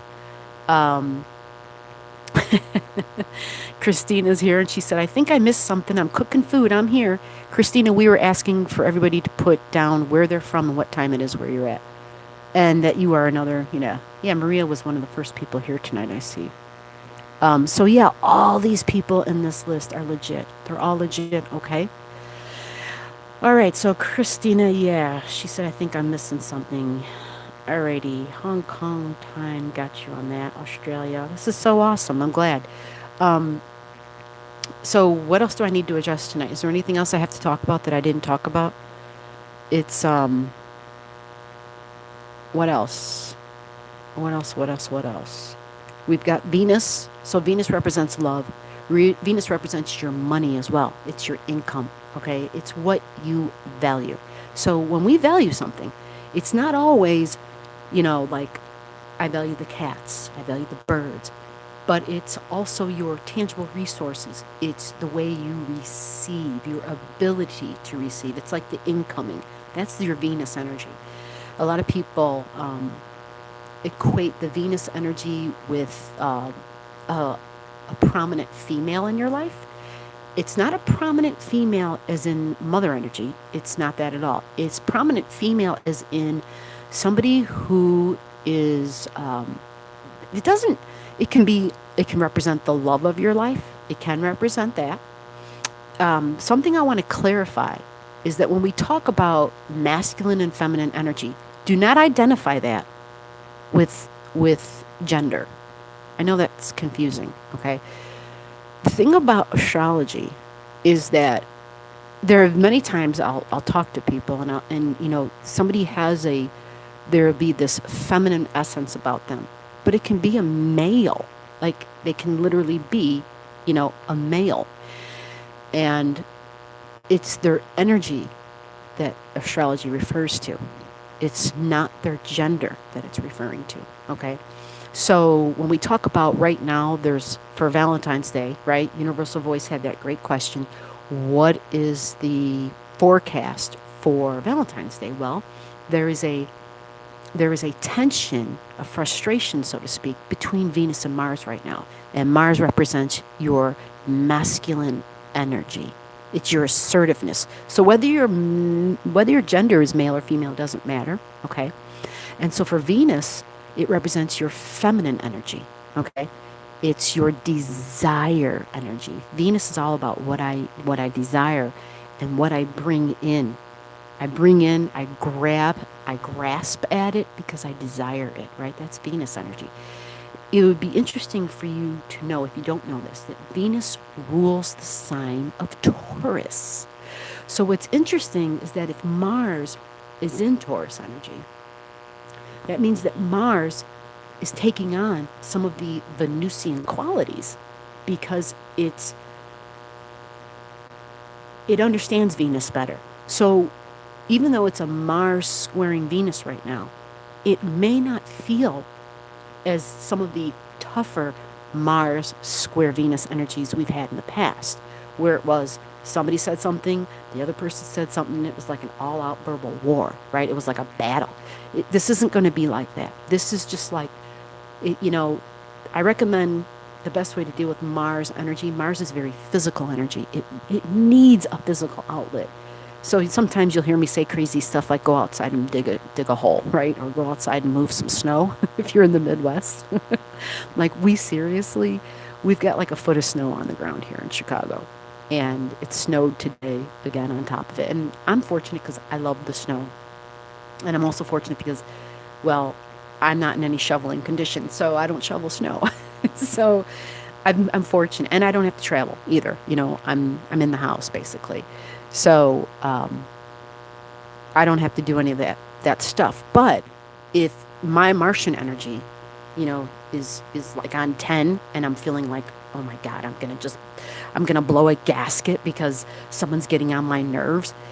For me, the way I channel my Mars energy is I will go into the kitchen and I cook, right? I used to bake. I had an injury. I don't know if I did mention this earlier in there. I didn't talk about it though. I just sent that I spent a year on my stomach.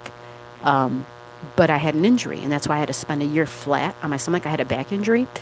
But prior to that back injury, I was baking, which I love being in the kitchen and working with the dough. That's a creative form of expression for me. I love art. I like drawing. I love doing a lot of artsy stuff. So I like to go into the kitchen and do that, and that helps to get that, to channel that from it coming out of here to coming out of here and making something, doing something tangible and physical. And so that may help you if you have stress and tension and frustration. Understanding how to channel it and how to use it will give you the ability to first of all have control over it, not let it control you. And so when you have that, you are empowered because you have an understanding of, okay, this is what's going on right now energetically. And it's not just going on right now like that for you, but for everybody. We're all under that. So if you have that knowledge, I know I mentioned this in the video I did, the new moon video and the full moon video. I mentioned all of this in there because, it's just stuff we all need to know, that if you have the knowledge and you know somebody else doesn't have that knowledge, the knowledge rests in your hands, and the ones that have the knowledge have the responsibility, right? They have the responsibility because, well, that's the way it works. If you were endowed with that sort of knowledge and wisdom, you have to be responsible with it. It's power. It really is. And so you want to keep in mind how energy works. What you put out comes back. And when you understand that, you'll find yourself making different choices in life. Anyway, I'm starting to going deeper, and I don't want to do that. I want to get to the comments because I've been seeing a couple of good comments come up, and I want to address every one of them for you guys. I don't even know where the hell I ended off on the comments, guys. Sorry. My internet keeps buffering. We got through that one. Ella said, I also have a thing with birds. We talked about that. Lou S., I asked you to remind me about, for the reminder about the taxes. I think that's what she was talking about. Okay, hello. Okay, Sunrise Star, we did that. Let me see here.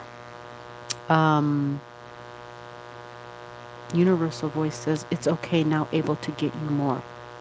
Maybe Universal Voice was popping in and out. I don't know. But thank you for hanging in there. Consciousness Zone, I really love hearing this. I'm so sorry. I think I just belched into the microphone. Hey, man, we're live. I'm sorry. You're going to get whatever comes. Can't get enough of this new vocabulary. Well, I hope you're enjoying it. And if you are, I appreciate you saying that. Thank you. That helps. I need to know what you guys enjoy. I need to know what you want to hear. I need to know, everything. If I'm talking about something that's, going off on the deep end where it's like, hey, gee, you lost us. Like, we can't even tune in. I need to know that. I need to know what you need for me to talk about. My first love is metaphysics. I could sit here and talk for 8 hours straight about the other realm and stuff. That is just who I am. I know that seems crazy because I talk about astrology incessantly. But astrology, I explained earlier in the video how it helped me, and is a blessing. It's a blessing now. It's an absolute blessing for me because I'm touching with so many people. I really love, yes, Lou S. Yes, practice, and your loving guidance. Thank you, Lou S. Appreciate that. Consciousness known, we already got there. Okay, so it looks like I'm all caught up. I think I missed something. I already got that. Awesome Alice had something to say. Thank you, Universal Voice. Lovely. Awesome Alice, I experienced heavy feminine and masculine distorted energies last couple of days. I became destructive and felt worthless. I was in a dark place, but coming out of it now. Yeah, you know what? I would have to take another. I just remember the foundations of your chart, which we didn't have your birth time down pat, but, understanding that likely, definitely a Taurus Ascendant, because with your Taurus energy, Alice, and you also likely had some other, like whether they were planets or asteroids in Taurus energy. Okay, so Saturn's at 6 degrees, right? So if you have anything like at 4, 5, 6, 7, 8 degrees of Taurus energy, Saturn's going to square it. And Saturn restricts things. It tightens things up, okay? And it also can feel like a negative energy because it restricts, right? Now, there's also a whole bunch of other stuff in that Aquarius energy, right? There's Mercury in Aquarius, there's Venus in Aquarius, there's Jupiter in Aquarius energy as well. And so all these things in Aquarius energy, that fixed air, fixed thinking, fixed thought. Remember something, it's not just the square being thrown one way.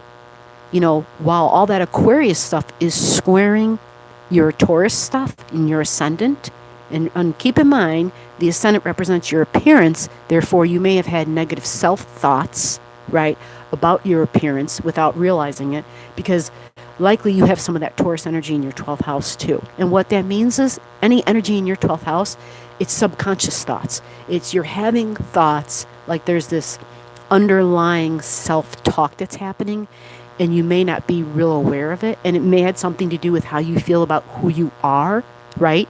Who you are subconsciously, right? There might be just negative self-talk, but there may be some of it about appearance, whether it, please, God, the physical transformations I've been going through. It's like, I can totally understand this. I've become somebody who just very different. But it's the energies that we're in. It's the energies that we are in. But it's not just the Aquarian energy squaring your Taurus energy. it's also Mars in Taurus squaring all that Aquarian energy. And what that means is Mars is malefic. Mars is combative. So Mars is squaring the thinking Mercury, right? Because Mercury's in Aquarius. So Mars at some point is squaring all those planets, right? Mars right now, I believe, is almost at 20 degrees in Taurus. Forgive me, I don't have any charts in front of me right now because I did this sporadically. I just decided to do the live because, yeah, the universe just won't leave me alone. So what's happening is I don't have the astrology stuff to look at, and so I'm going off of what's here. So Mars at 20 degrees is then throwing squares right now to Jupiter, which is in Aquarius. Mercury and Venus are also going to be getting squared. Well, we know Venus actually is starting to square up already, but Mercury too. I kept talking about Venus because it was Valentine's Day. Mercury also be squaring by Mars, okay? So what this means is understand and recognize that you may have had negative thoughts about self, negative thoughts about others, especially people you consider friends or people on the internet and in social media, because the sign of Aquarius represents group energy and friends, but it also has to do with the internet. It has to do with what we're doing right at this very minute. Right at this very minute. Being on YouTube, this is an Aquarian thing, okay? Us talking on YouTube about astrology is an Aquarian thing. All of this is that, okay? So I experienced heavy feminine and masculine distorted energies last couple of days. I became destructive and felt worthless. Again, this is Mars and Venus, Alice, okay? This is Mars and Venus, but Mercury there too, because it's the way you think about something, okay? And it's going to pass. To understand it's going to pass because Venus and Mars, Mars being at 19, Mars is still moving. Venus moves faster than Mars. Mercury moves faster than both of them. Mercury's moving backwards right now, which means Mercury's pulling away from Mars. Mars is going forward. Mercury's moving backwards, but Venus is moving forward with Mars, but she moves faster than Mars. Okay, so they're eventually going to pull further away, and then malefic Mars won't be affecting Mercury as much. Malefic Mars won't be affecting Venus as tightly either. Okay, so when let me ask a question before I go on to anything else, and this is so that if you have something that works for you, when you know you're in dark times, when you know you're going through something that's difficult, whether it's like Alice put here, and by the way, Alice, thank you for coming in with a comment that is very personal, because that's what I want. I do not want to do lives that are superficial. That's just not me. That's not who I am. I can't do it, okay? If I'm going to spend my time on something, it's got to be something that is meaningful. That is just the way I do things. So thank you. And this isn't to say that everybody else's comments are not meaningful. All I'm saying is I truly appreciate the depth that you added there when you did that, because this is what I want. Because it's that kind of information, and then tying in what's going on here in the star room and the planets beyond, that helps others understand dark times, good times, bad times, they're just cycles. But here's the thing. What do you do to get out of it? What do you do when you're in it?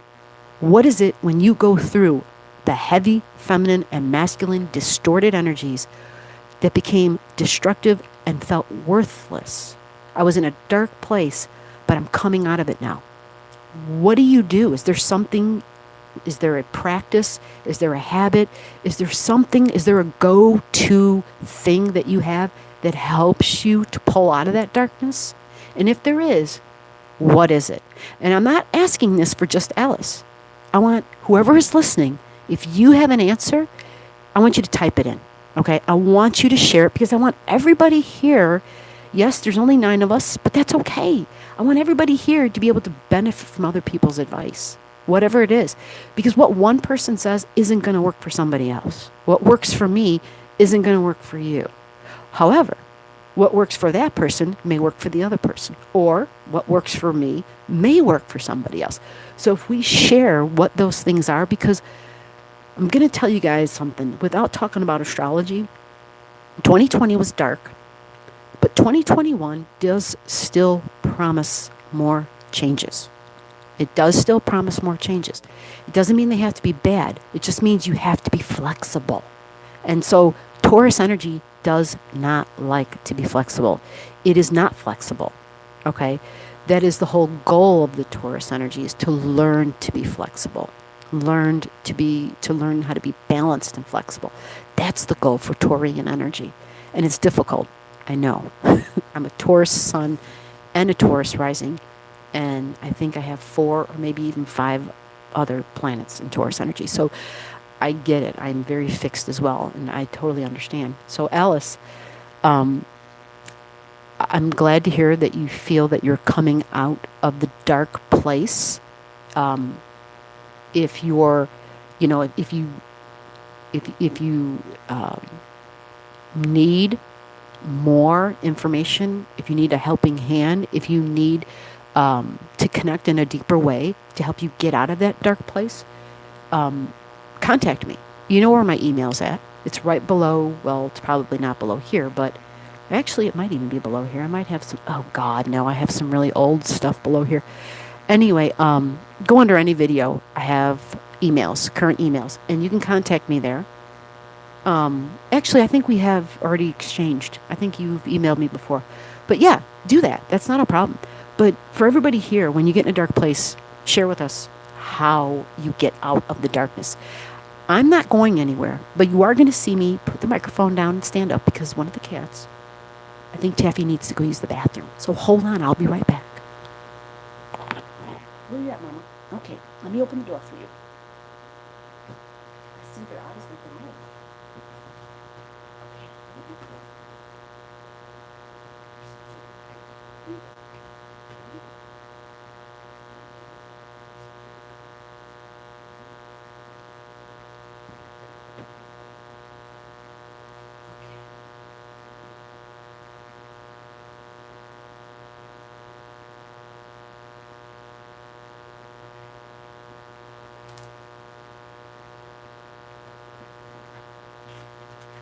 Okay.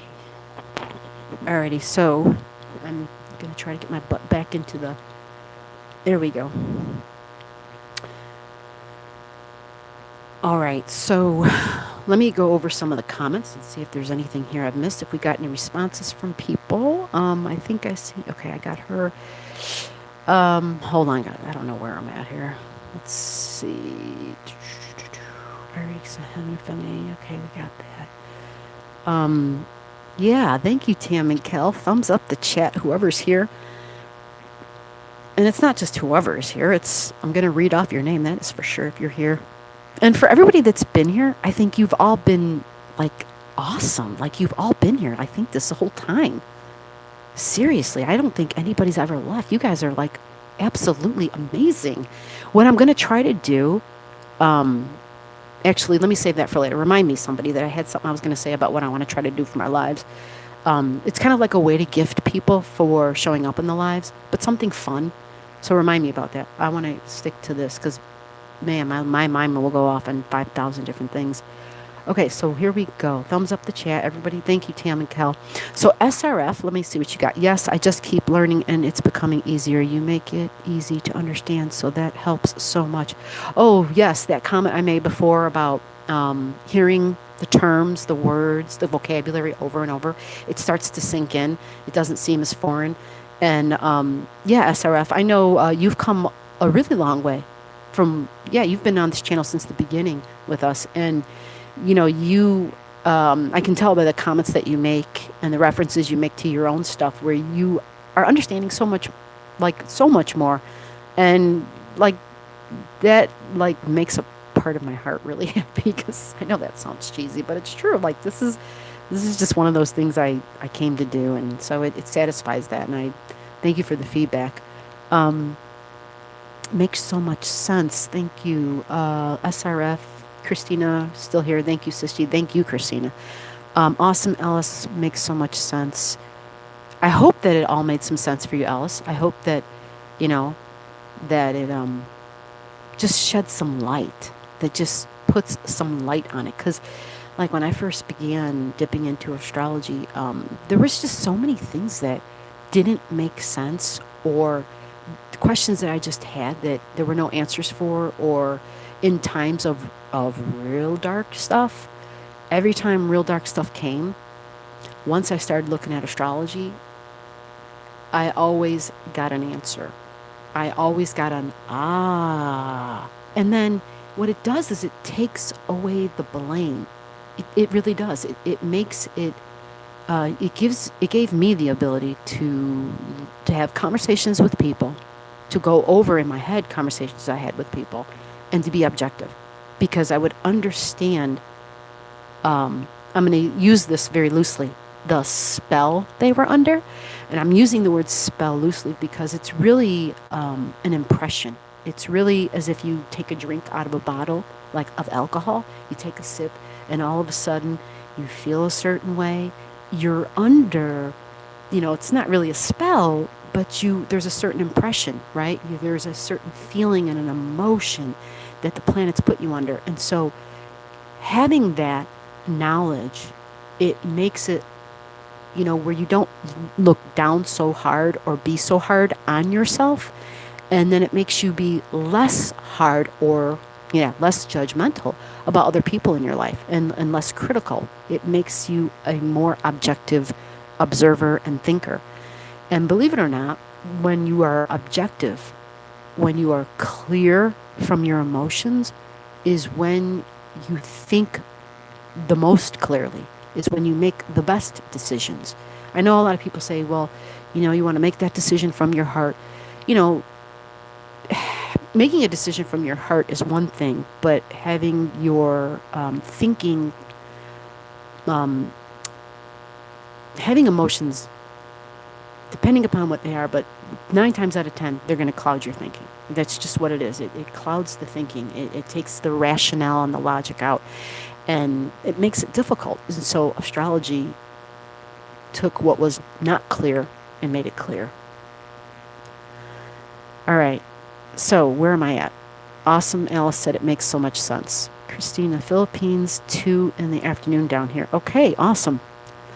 2 in the afternoon in the Philippines. Okay, so we're 14 hours apart, Philippines. Christina representing from the Philippines. So I think we have a couple people from the Philippines here then.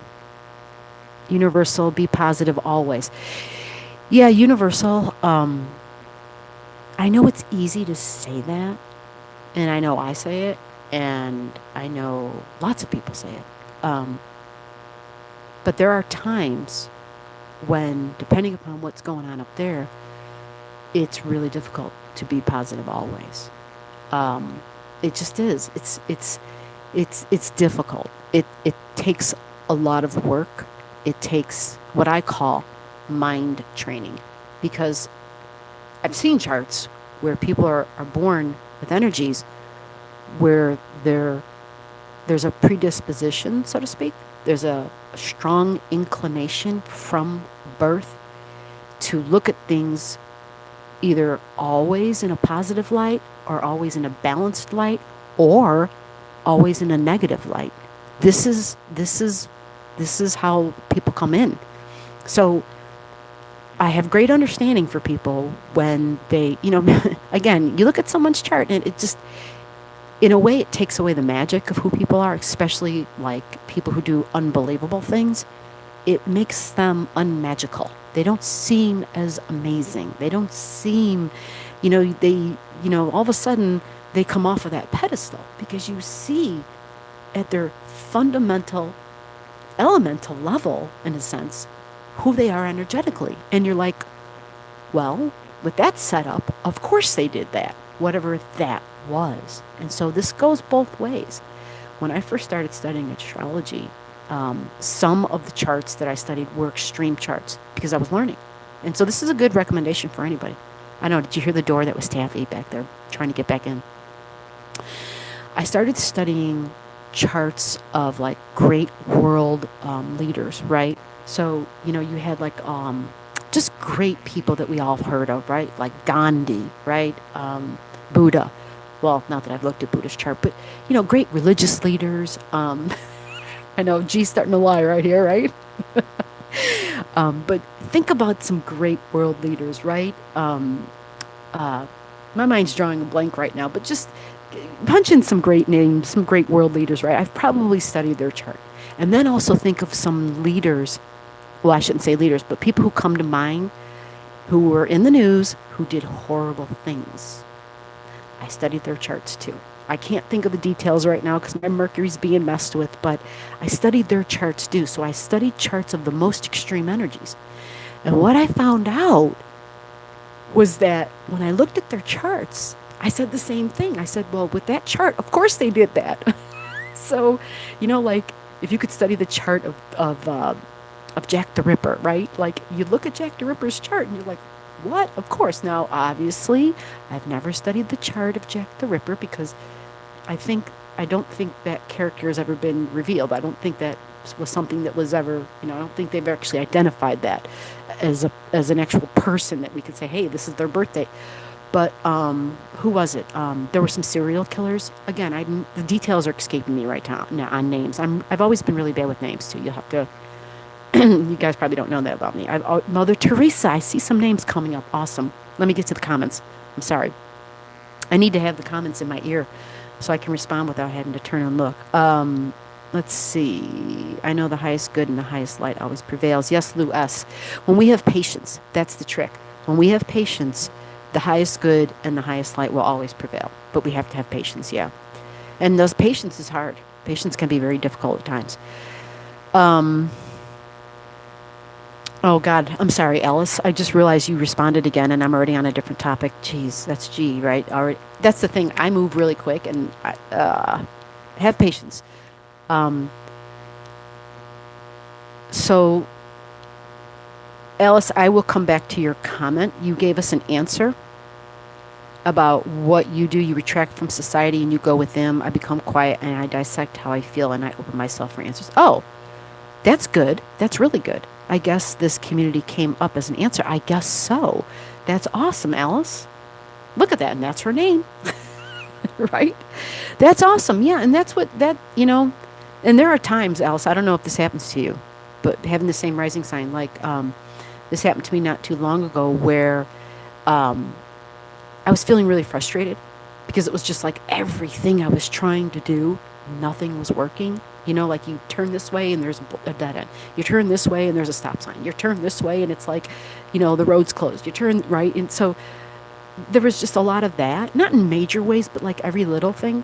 And so it was just like, okay, so I guess I just stop. I guess I just won't do this. Or I guess I'll just completely change course and go do something else altogether. But once it's verbalized, it changes it, right? Once I was able to verbalize that, it totally changed that. And I have to make a mention for Tauruses here. Because for anybody who knows a Taurus, whether it's a Taurus birthday or a Taurus moon, this is for Taurus moons and Taurus ascendants, there is a thing with Taurian energy where, because the bull, think about the animal, try to stay basic, because the more you can connect with nature, all the answers are right there. All the answers are right there. Divine Source gave us the answers. And that is, when we look at nature, all the answers are there. I know that seems crazy. Like some of the thing is obvious and some of it's not so obvious. Some of it, it's like, what? What are you talking about? But if you can be still and listen, and sometimes you may not hear an audible answer or an audible voice, but you're going to get an answer or you're going to be directed in some way.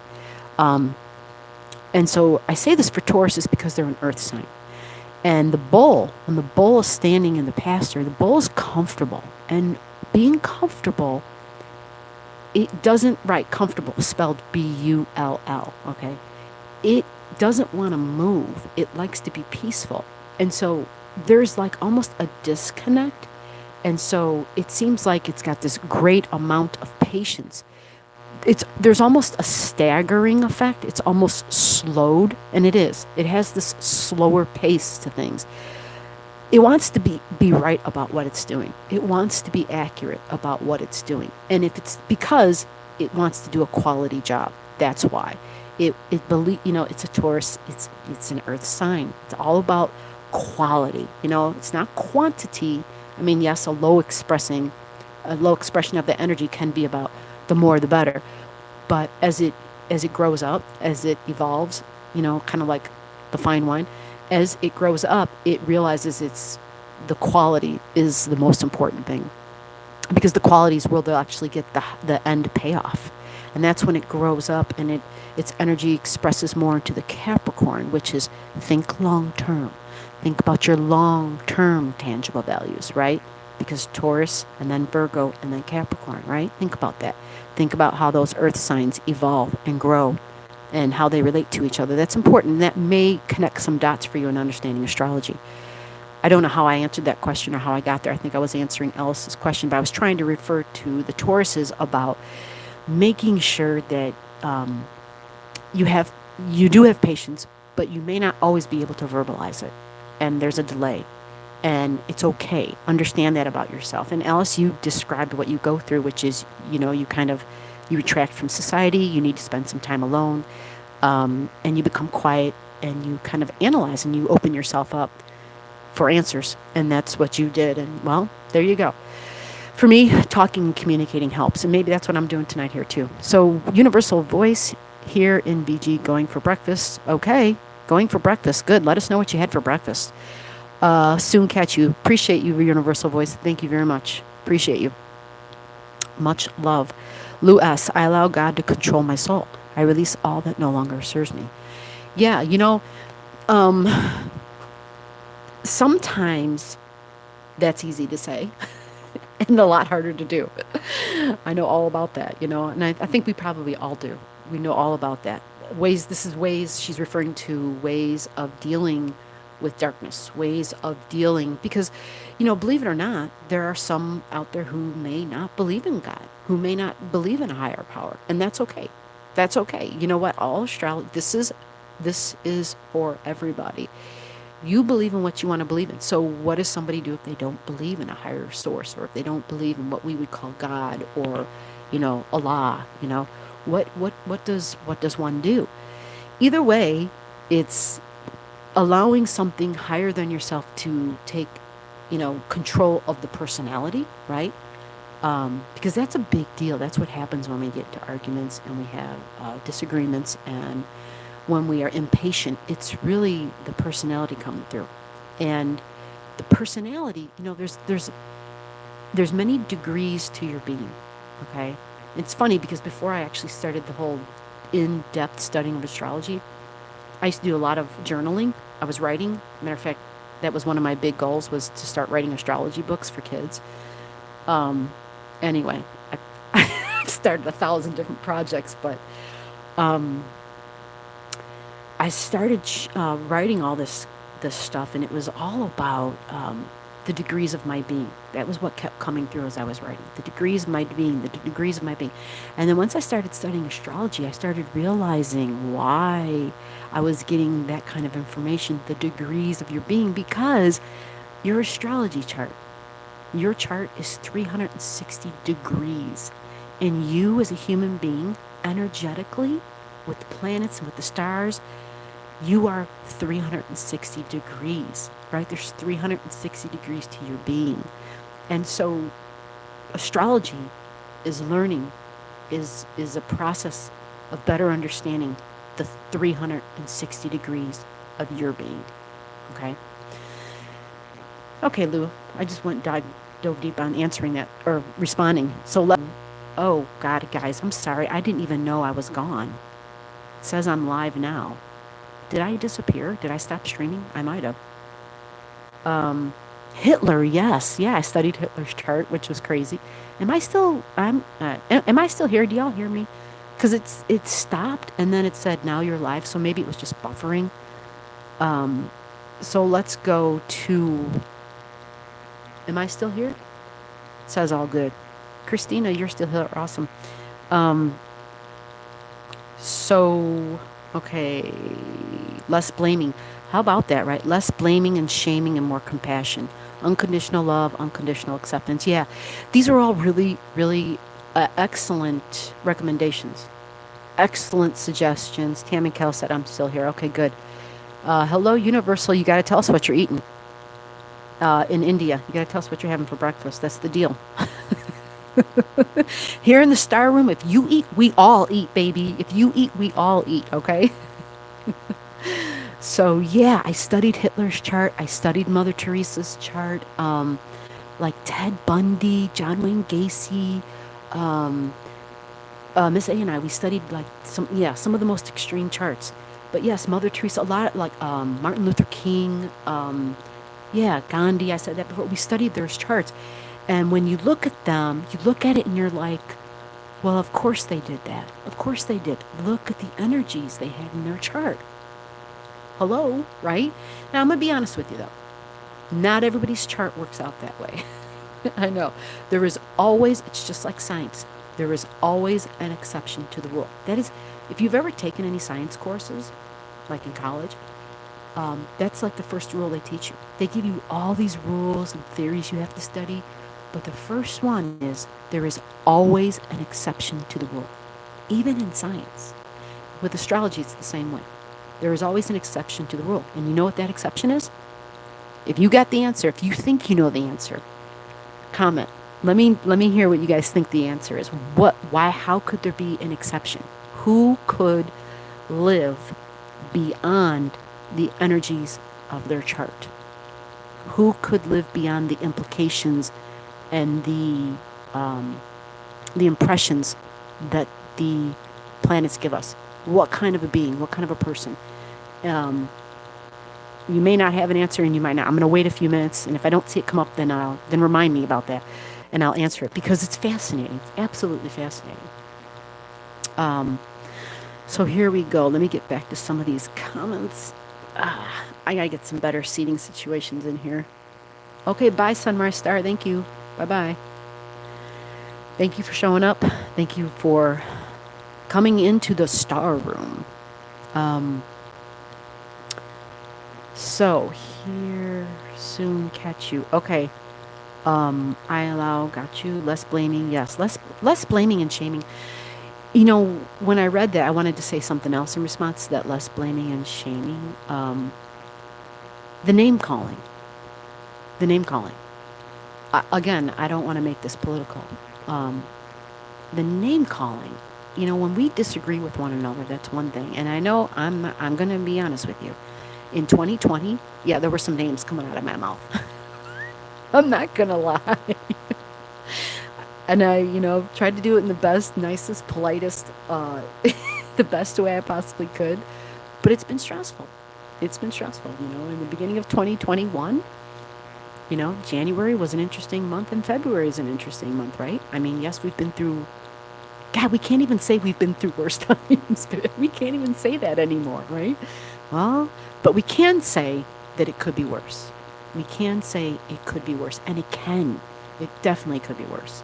So, yeah, the name calling and it being the shaming and the name calling and the inequality, man, my gosh. The Native American teaching, I'm going to bring this up because the teaching is that everything is sacred. And they say that because everything is life. We were taught up to believe that the only thing that's life is something that has consciousness, right? Or something that that shows a sign of intelligence, right? But if you were to look at life through a microscope, you would think differently. You would see that there is something intelligent happening, because there is, right? There is something intelligent happening. And so what are objects made up of? Atoms. Objects are made up of atoms. And we know, in science, we know that when we look at them under a microscope, they are intelligent. You can see intelligent activity because you apply a certain foreign thing to it and it responds in a certain way.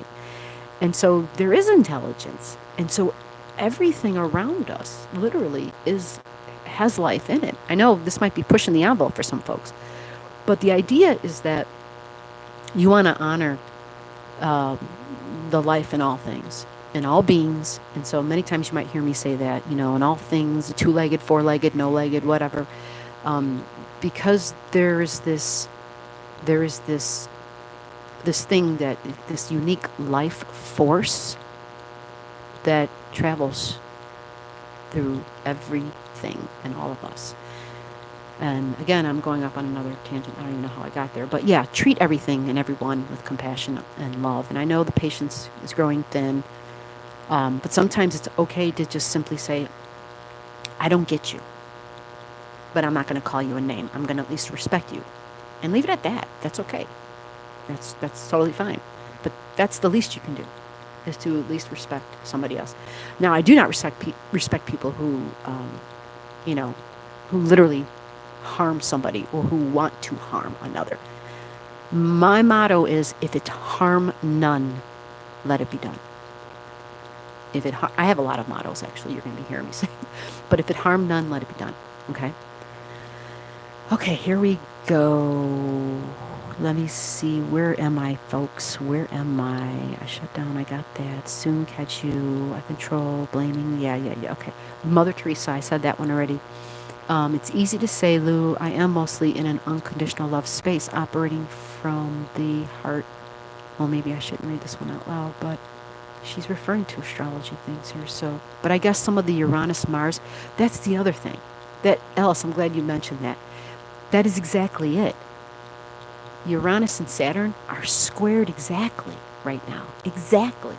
And Uranus is in Taurus. Like, I didn't even bring that up. You brought that up. Thank you. That's awesome. But that's another difficult thing. And Uranus being in Taurus energy, okay, is about the senses. It's about the tasting, the smelling, the touching. That's why food and cooking is a big thing for me and for many Tauruses, right? Valuing things that taste good, that smell good, that look good. So art and beauty, fine art, right? Fine things, textiles and touch. When Uranus went into Taurus, that's when I started baking, when I literally was professionally baking. And I had already had, my sensitivities had already gone up. I mean, like, my physical sensations on my body and what was registering, whether I could physically see something or not, the register, like feeling emanations coming in, was like going higher and higher because of the planets. It was Uranus in the sign of Aries energy, and Aries is your body, okay? So all that started getting higher and higher. Well, when it went into Taurus energy, when Uranus moved into Taurus, my hands, when I was baking, this is going to sound insane. I'm just going to be honest. I know this is going to sound insane. When I would hold the dough in my hands, because we would make everything from scratch, I could feel the yeast. At least that's what I think it was. I could feel the yeast growing. I could feel, and it was to the degree where, as the dough was coming through the sheeter, they call it a sheeter, as the dough was coming out of the sheeter, and I would catch it, grab it with my hands, I thought the dough was like sliding out of my hands. That's how much I thought it was moving. And I would look at my hands, and nothing was moving. I would have the dough in my hands, and it hadn't moved at all. But because of Uranus, my hands, the sensitivity in my hands had gone up and was like on 10. Well, because my sun was right there. And so it was sitting on my sun in the sign of Taurus. Because remember, my sun is in Taurus. Now, my sensitivity level in my hands is still there. I make things it's still very close to my sun. But it's to give an example of the sensitivities. So Taurus, smell, taste, touch, all your sensations. But it's not just the five senses. Okay? Taurus energy can elevate, and there are other senses that we don't recognize, that we don't talk about. And I started it off at the beginning of the show, and I talked about the paranormal, right? Like, you sense there's somebody in the room with you, but you don't see them. You can't see them, you can't smell them, you can't hear them, but you know they're there, right? There's this, your antenna goes up, or, everybody feels energy that we don't typically physically see with our eyes. Everybody feels it differently, okay? So keep that in mind, and one is not better than the other. It is all based on how you were born, what you came in with. Now, before anybody says anything to me about this, it's not just your astrology chart. I don't, I don't, I don't, say, hey, your genes and your family don't matter, right? Like your family lineage and the history and you know, the the genes that you've inherited from mom and dad. Of course, all that matters too. Yes, all that matters. But astrology must be counted, must be looked at. You know, my ultimate 10 would be when this is taught at the university level. This would be, I would feel, I would feel as though my soul would be satisfied once I see that day. Then my soul will be satisfied when it's taught at the university level, as a serious course, by the way, as a credited course. That's G's like, oh yeah. So hello, Dr. Dre Cooks. Dre Cooks, I said Dr. Dre Cooks. Dre Cooks came in real quick for a second there. Hello, Dre. Somebody else came back while I was babbling. Who else came in? Maria came back. Hey, sister. How are you, Maria? Dre, good to have you here. Dre and Maria. Well, Maria, you were here earlier. But Dre, just so you know, there are some people in this chat. A lot of these people in this chat are people who come to the channel and who are excellent. Every single channel on here. And I'm going to go through the list and I'm going to name them off to you. For all of you out there who don't know Dre Cooks, he's got a great cooking channel.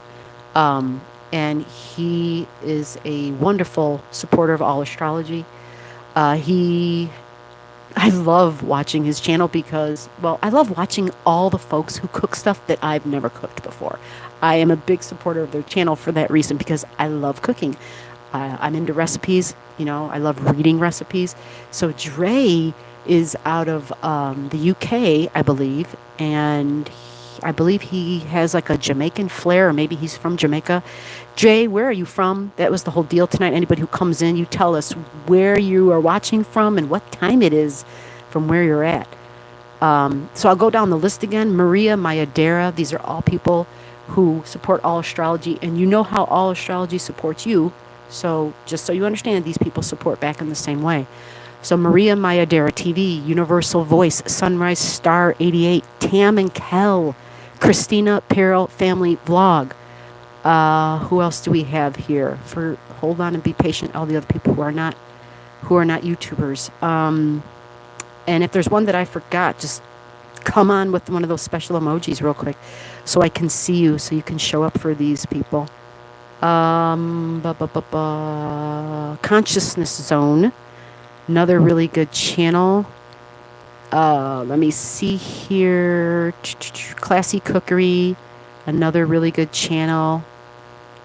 A lot of food channels, right? Yep, that's G, all about the food.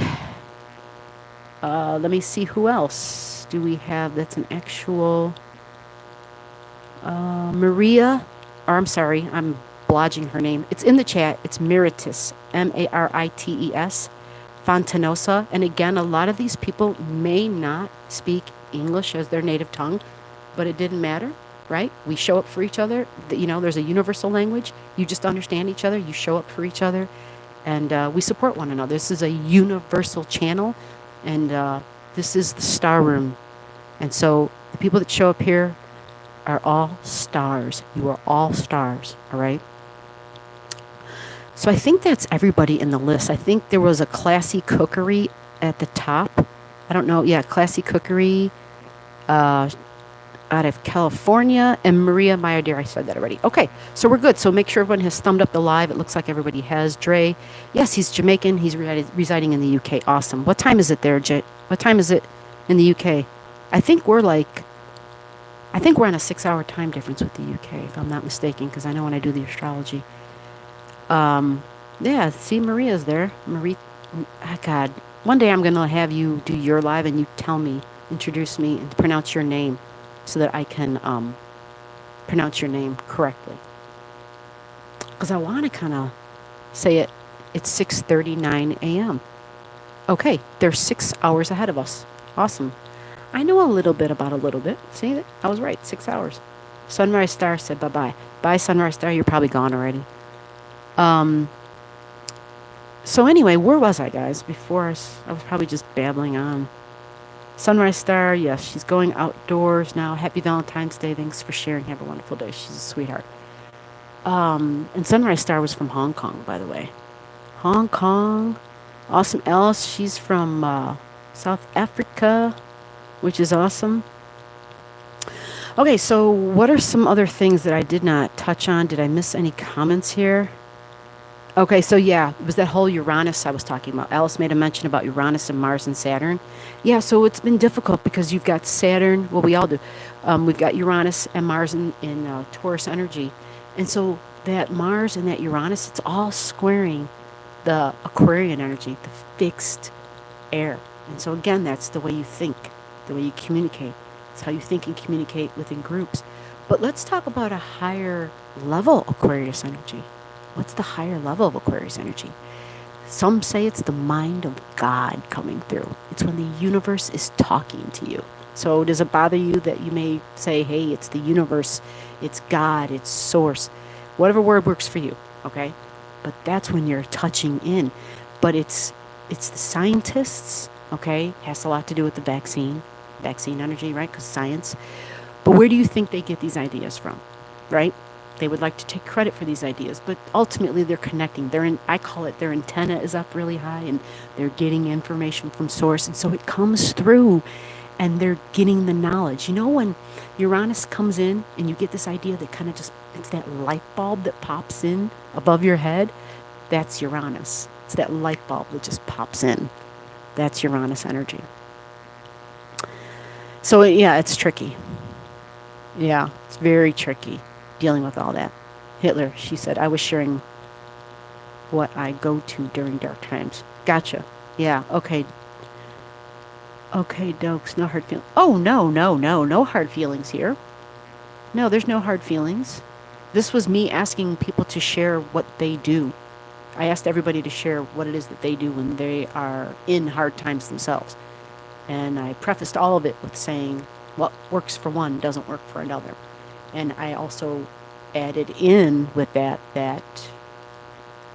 even still some of that may not even work. Because I've seen some folks' charts that I'm telling you, I would not want. I've seen people's charts that I just think, man, you know, like, bless their heart, because they're living a really tough life, you know, and yeah, it's just a real thing, you know, and I'm pretty sure you guys have people in your lives that you know where they've had a hard life or they're going through some extremely hard times. And I know in 2020, now it's 2021, we all want to say we're going through a really hard time because we're all living in a pandemic. Yeah, but how many of you, even though you're living through the pandemic, you know, you're still healthy, your family is still healthy, you have a job? How many of you, right? There are some where even though others have been affected really harshly, for some, they've been sort of protected, and some have even had really good things happen to them, you know, like, I mean, I really don't want to make this political, and I don't want to make this a downer, but yeah, there's a percentage of people where their wealth has grown during the pandemic, you know, and rightly so. I mean, a lot of people, you know, and I'm saying rightly so because some people have businesses where, wow, the pandemic, it just, you know, their business was just waiting for it almost, it seemed like, right? Where they just flourished during that time. But not everybody has been so fortunate. And so we all have different types of energy that we're dealing with, okay? And your basic birth chart has a lot to do with how you deal with the same energies that we're all dealing with, okay? So that's the whole point of sharing the divine knowledge, basically, is that this is your knowledge, you know, and this star room and you all being here, being stars, because honestly, you guys are stars. Like, I just threw this live up at this really stupid, crazy ass late time, or maybe it's a great time for some people, but I just thought I'm just going to do this for a short amount of time just to kind of work out the quirks and see how it'll work. Because again, haven't done a live in a long time, and but we've been going strong for a while now. Like, I can't believe it. We're going on for 2 hours, and we've been at like 9 watching for 2 hours without anybody knowing I was going to go live, you know. And so you guys are you're beyond the stars, man. You guys are absolutely awesome. Um, Again, I don't have any maps to look at. I don't have any charts to look at. I can only go by what's in my head right now, the current energies. So I know a lot of people would probably like to tune in and have G talk about their specific chart. And we can do that because when I first started the channel, if you go back and watch any of our old videos, that's how we first started the channel. You submitted your birth info, and then, we would we would spend time talking about your chart, and in ways where everybody could learn from it, where everybody could glean some information. And so everybody got a focus on their chart. And the whole point of that is to, nobody really, here's the truth. People love to talk typically. Not everybody, but typically. And usually they love nothing more than to hear about themselves. What keeps people attention more when they can hear about them, So if I'm going to sit here and talk about you, yeah, I can do that. But to do it in a really good way, and I shouldn't say good, but to be credible, being correct, being accurate, information coming from a high place is very important to me. Very important. That, when I started messing around the metaphysics, that started to become my main thing, was that if I'm going to get information, I only want it to be from the highest possible source. That was my intention from the get-go. And that's when astrology that's when astrology came to me. I guess because I asked for it, Thank you, Universal Voice. Lou S., you said, what? Please share. Okay, Lou, I'm not sure what you're talking about, so tell me what you're talking about. Because I'm just reading that right now. Maria's back. Dre's here. Dre, yes, Dre, UK, yes. Maria, she's listening while fixing her plants. Yeah, Maria does some great stuff with plants, man. I used to be like, God, yeah, I love the earth. I work with the earth. Because I am, and I still am. But boy, when I start watching some of these other people, they have green thumbs for real. They literally have their hands in the soil and do amazing things. And those folks, I'm just like, you are awesome. You're amazing. And I have this Taurus thing where I can't stand getting dirt under my nails. I find it annoying as hell. But I love plants. Plants speak. The trees speak. Everybody, there's a communication that goes on. And so anybody who loves taking care of them, I'm just like, oh, bless your soul. Because they need keepers. We are all keepers of the earth. I was reading some great words by one of the tribes, one of their chiefs, and just the very last last sentence, he had this huge comment about the times, the pandemic, and what we're looking through. But the very last comment he made in his paragraph was, we are survivors. We will survive this because we just are. We're survivors, and we've learned how to live on the earth, right? He said, but what mankind has to learn how to do now is to learn how to live with the earth. And that was it. That's how he ended it. And I thought, profound. He's right. We know how to live on the earth, right? We know how to use the earth, how to live on the earth.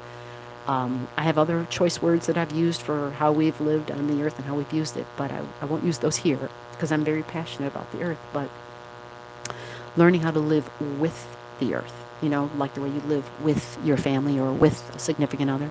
That's what he was talking about, and that is what we are learning to embrace. And he's so spot on, and he doesn't even know astrology. And that's what Uranus and Taurus means, because Taurus is an earth sign. Okay, it's about what we value. And so Uranus is, I have to shake things up. Remember what I said, Taurus is earth, Taurus is what you value. So Uranus comes along and it says, I have to shake things up. So it's going to shake up the things that you value, the people that you value. It's going to shake up how you make your money, your income. It's going to shake all that up to make you really reevaluate, to make you reprioritize that which you value, to make you maybe think of other ways to make money. Its whole goal is to shake all of that up. So the sooner we all accept that that's what Uranus is doing. And understand some keywords for Uranus are the awakener, right? Uranus, a keyword for Uranus. Another one is expect the unexpected. You guys have heard me say this 1,000 times in the videos. Expect the unexpected, the awakener. It's the Big Ben alarm clock that goes off while you're sleeping and you're like, what the hell was that, right? That's Uranus, and it's in Taurus. It'll be in Taurus, folks, for like 5 more years. Okay, so this whole thing we're going through, we're changing and we're evolving. The United States is going through a major transformation, and it goes much further than the recent election. It goes it goes down to it's a very deep, it's transformation at a deep level. Okay, at our foundations, which means the foundations of our country, the foundations that our country was built upon. That's how deep it goes. So there are going to be changes, and you can expect those. And I'm sharing this because what happens in the U.S., it's a ripple effect around the world, right? So all this means is be flexible. Expect that we are going through a learning process, okay? We're going through a learning process. And if you accept that and you say, okay, I get it, I have to be flexible, your mind will be open. And when you can be open in the mind, then you'll be able to hear what the universe is telling you. There is plenty for all of us, okay? We are never left unattended, okay? Think of the animals outside. It's the dead of winter. Right now, I think right now, if I would go up and look, and actually I don't want to mess up anything I have here, but if I were to go and open up another window, right, and if I'm going to go and look at the Weather Channel, I'm going to tell you, it says right now, I think Chicago, we're at 5 degrees right now. But we have birds outside. Birds. How in the heck are they okay? How are they eating? Where are they sleeping? Like, how do they survive? And they're little itty bitty birds. They're tiny, right? Even they are taken care of in some way, you know? And so it's just understanding that we're changing. We're going through changes, and we're going to be okay. Okay. So let me stop babbling and let me see what else we're looking at here. I'm listening while fixing my plants. It was about how someone's energies can go beyond their chart. Yeah, so how someone's energies can go beyond their chart. Here's the thing about that, okay? The way a person's energies, okay, any energy, we'll pick an example. We were already talking about Taurus energy. So I like to say that energies typically can operate on 3 levels, okay? Like a base level, a medium range level, and then a high level, all right? But when an individual is operating more on, because I know what this is referring to. I asked a question earlier, if somebody could answer the question, how could somebody live beyond their chart, right? And I know I had to remember. When you live beyond your chart, the charts that I looked at where they surprised me, where I saw what they came in with, and I thought, wow, and they did that. I never would have guessed that. Out of all those big time people that I looked at, there were only 2 people that I can recall off the top of my head that when I looked at their chart, I was surprised by what they had done. I was surprised.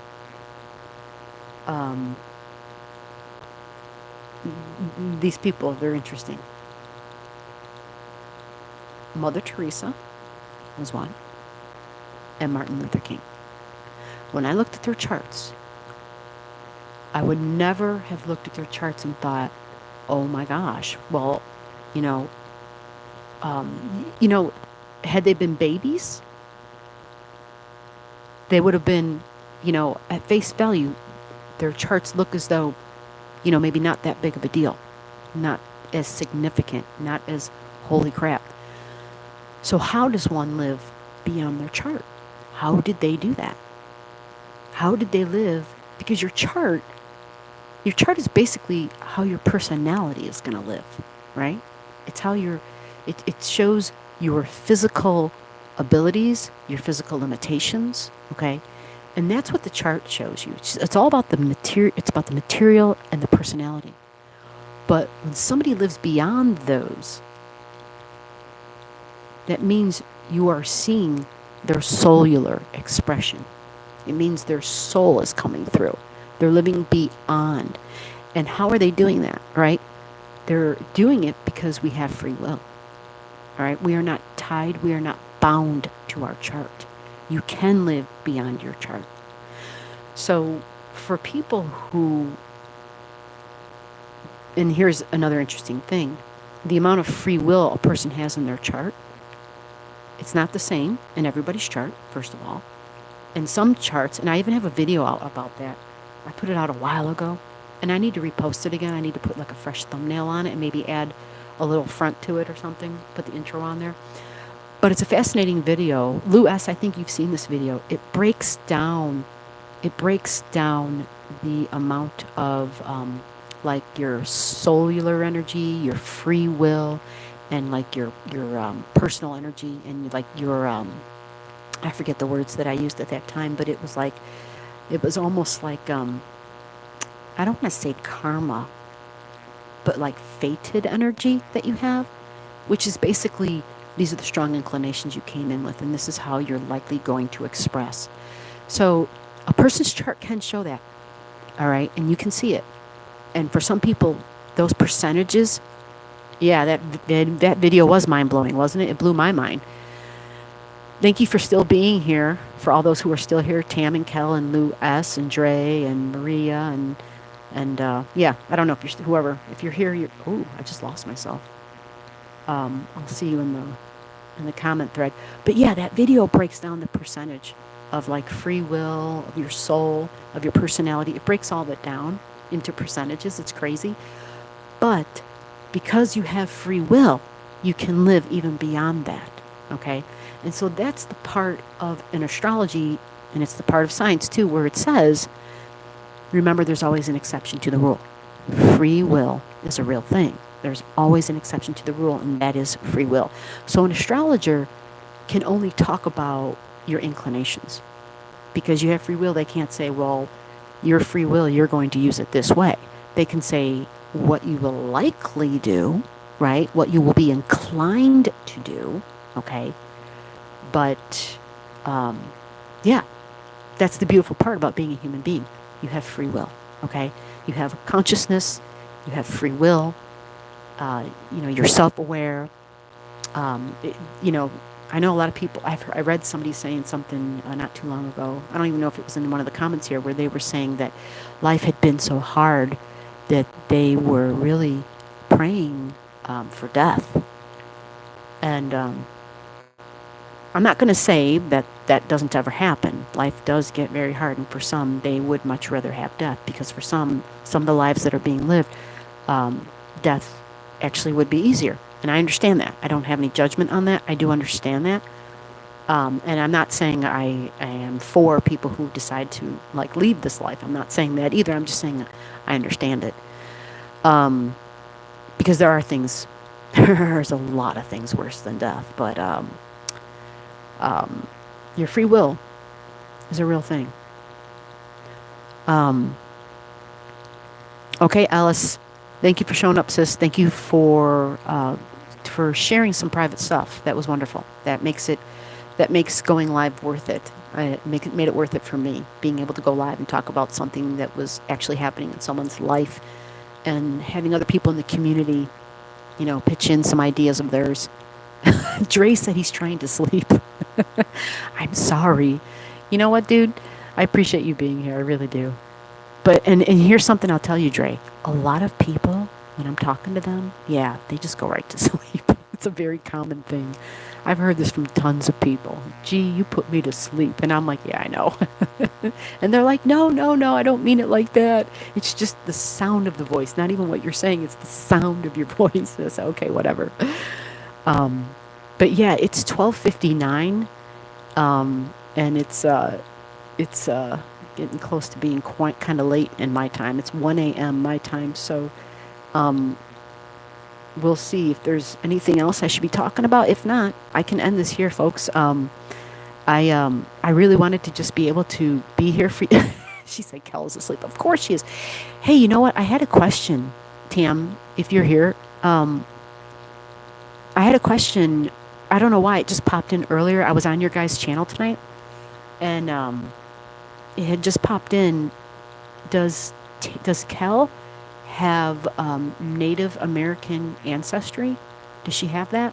You know, maybe you don't have the answer, but I don't know why it. Yeah, just came in real quick, and doesn't mean it's accurate, which is why I like to use astrology, because not everything that I hear, first of all, is supposed to be said. Not everything that I hear, first of all, is always accurate, and so I use the astrology to verify and to be accurate. And I got to get a microphone that I don't have to hold. This is driving me crazy. I've been doing this for 2 hours. She does. Okay, there you go. So the antenna was in fine working order tonight. Yeah. That explains her connection with the earth. Yeah, you can't. Person who's connected to the earth, man, if you take the earth from them, not going to be good. Not going to be good. They got to be able to connect with the earth. So I understand your I understand why you had to make the sacrifice you made, city girl. Totally. Because you are not going to get that country girl going into the city. Oh, no. Not to live. Not forever. Heck no.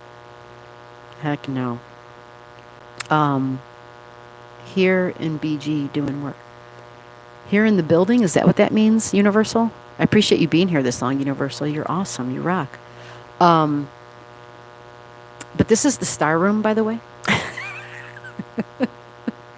So you can just put like put a big old star up there. This is the star room. Yes, I should put a comment. I should be like, welcome to the star room. Welcome. Of course, I should have done this earlier, but I was so concerned about the buzz and all the weirdness. Welcome to the star room. Yes. Where stars come out at night. God, I'm so dorky.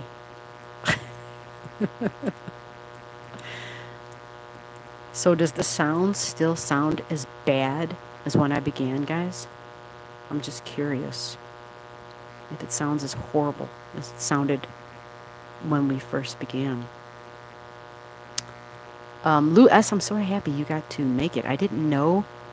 I tried to go on as late as I could because I know you got the kids. And yeah, when you got kids, you know, I know how that goes. I lived that life at one time, and man, you basically, yeah, it's difficult. I'm looking for a star emoji, like a special one. Is there like a special one here? Oh, I don't see a special one, even though that one says it's a special one. Well, how about if I do the star emoji on the keyboard? I could do that. I'm using a computer I've never used before. This is somebody else's. It's actually someone's laptop. And, oh God. I'm just going to do this. How about I do this? Yeah, that's my big star. There we go. Okay. I'm special. All right. Christina, you're still here. Thank you. Sis G, have to go. Yes, you can go, sis. I know. Yes, you've been here a long time. Thank you. So remember, all these people, you're all wonderful people. You all, look at that. Okay, I even have I have like a king thing on my end. How interesting. Welcome to the star room where stars come out at night. Yes, I love that. Barefoot Vlogger, you guys. He's awesome. If you haven't been to Barefoot Vlogger, I know he's not here tonight. He's the one who said that this is the star room. Matter of fact, Tam and Kel, and Lou S., you're going to find this interesting too. He is in Boynton Beach, Florida. And it's so funny because, well, I've been to Boynton Beach, Florida, and I had a great time there. And Tam and Kel, where are you guys at in Florida again? Yeah, the star room. Thank you. I needed those emojis. I couldn't find them. But yeah, Barefoot Vlogger, he vlogs out of Boynton Beach, Florida, and he is all about, he shows tons of scenes, like about, you know, he's always at the beach, and he shows you, he's got a great camera, he's always showing the waves and the surf and the sand, and he just walks and he talks, and he's very interesting, he's funny, he's quirky, he talks to people as he's walking, and he says some crazy stuff sometimes, so he's hilarious. Yes, really, Lou, yes. Totally. We are in Lakeland. Yeah. Hey, where's Lakeland? I don't even know what Lakeland is, but that's a neighbor of Boynton Beach. Then look him up, Barefoot Vlogger. He loves to do lives with other people. You might be able to get on a live with him. You guys, he likes to go to like restaurants and do lives. That's the only thing. Right now, during the pandemic, he's been out quite a lot, like literally sitting in restaurants doing lives. And I'm like, am I the only one that knows we're in a pandemic? Anyway, he is a very courageous soul. I'll just say that. Um, and I don't know how that works in Florida right now. I don't know if if your restaurants are open. I don't know the rules. I know here in Chicago, there's no restaurants open. There's no sit down. Not yet, anyway. We're on the way there, though, actually, because the numbers are going down a little bit between Orlando and Tampa. Okay, so you're kind of neighbors, right? Because I think, actually, I'm really horrible with geography, so I'm not even going to try to pretend like I know what I'm talking about. I'm just going to stay quiet. Um,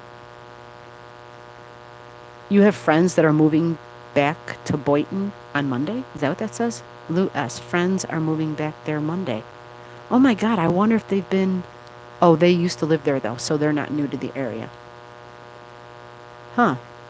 Well, anyway, so Barefoot Vlogger, that's what he does. His channel, because, well, he absolutely loves Florida, but he, I believe, grew up in the Bronx in New York, and then he went to Florida for part of his childhood. I don't know, I could be wrong. And then he moved away, and then he moved back to Florida. And so he's basically there for his retirement, and he loves it. He loves it, and he wishes he had never left in a way. And so he talks to folks when he does his lives.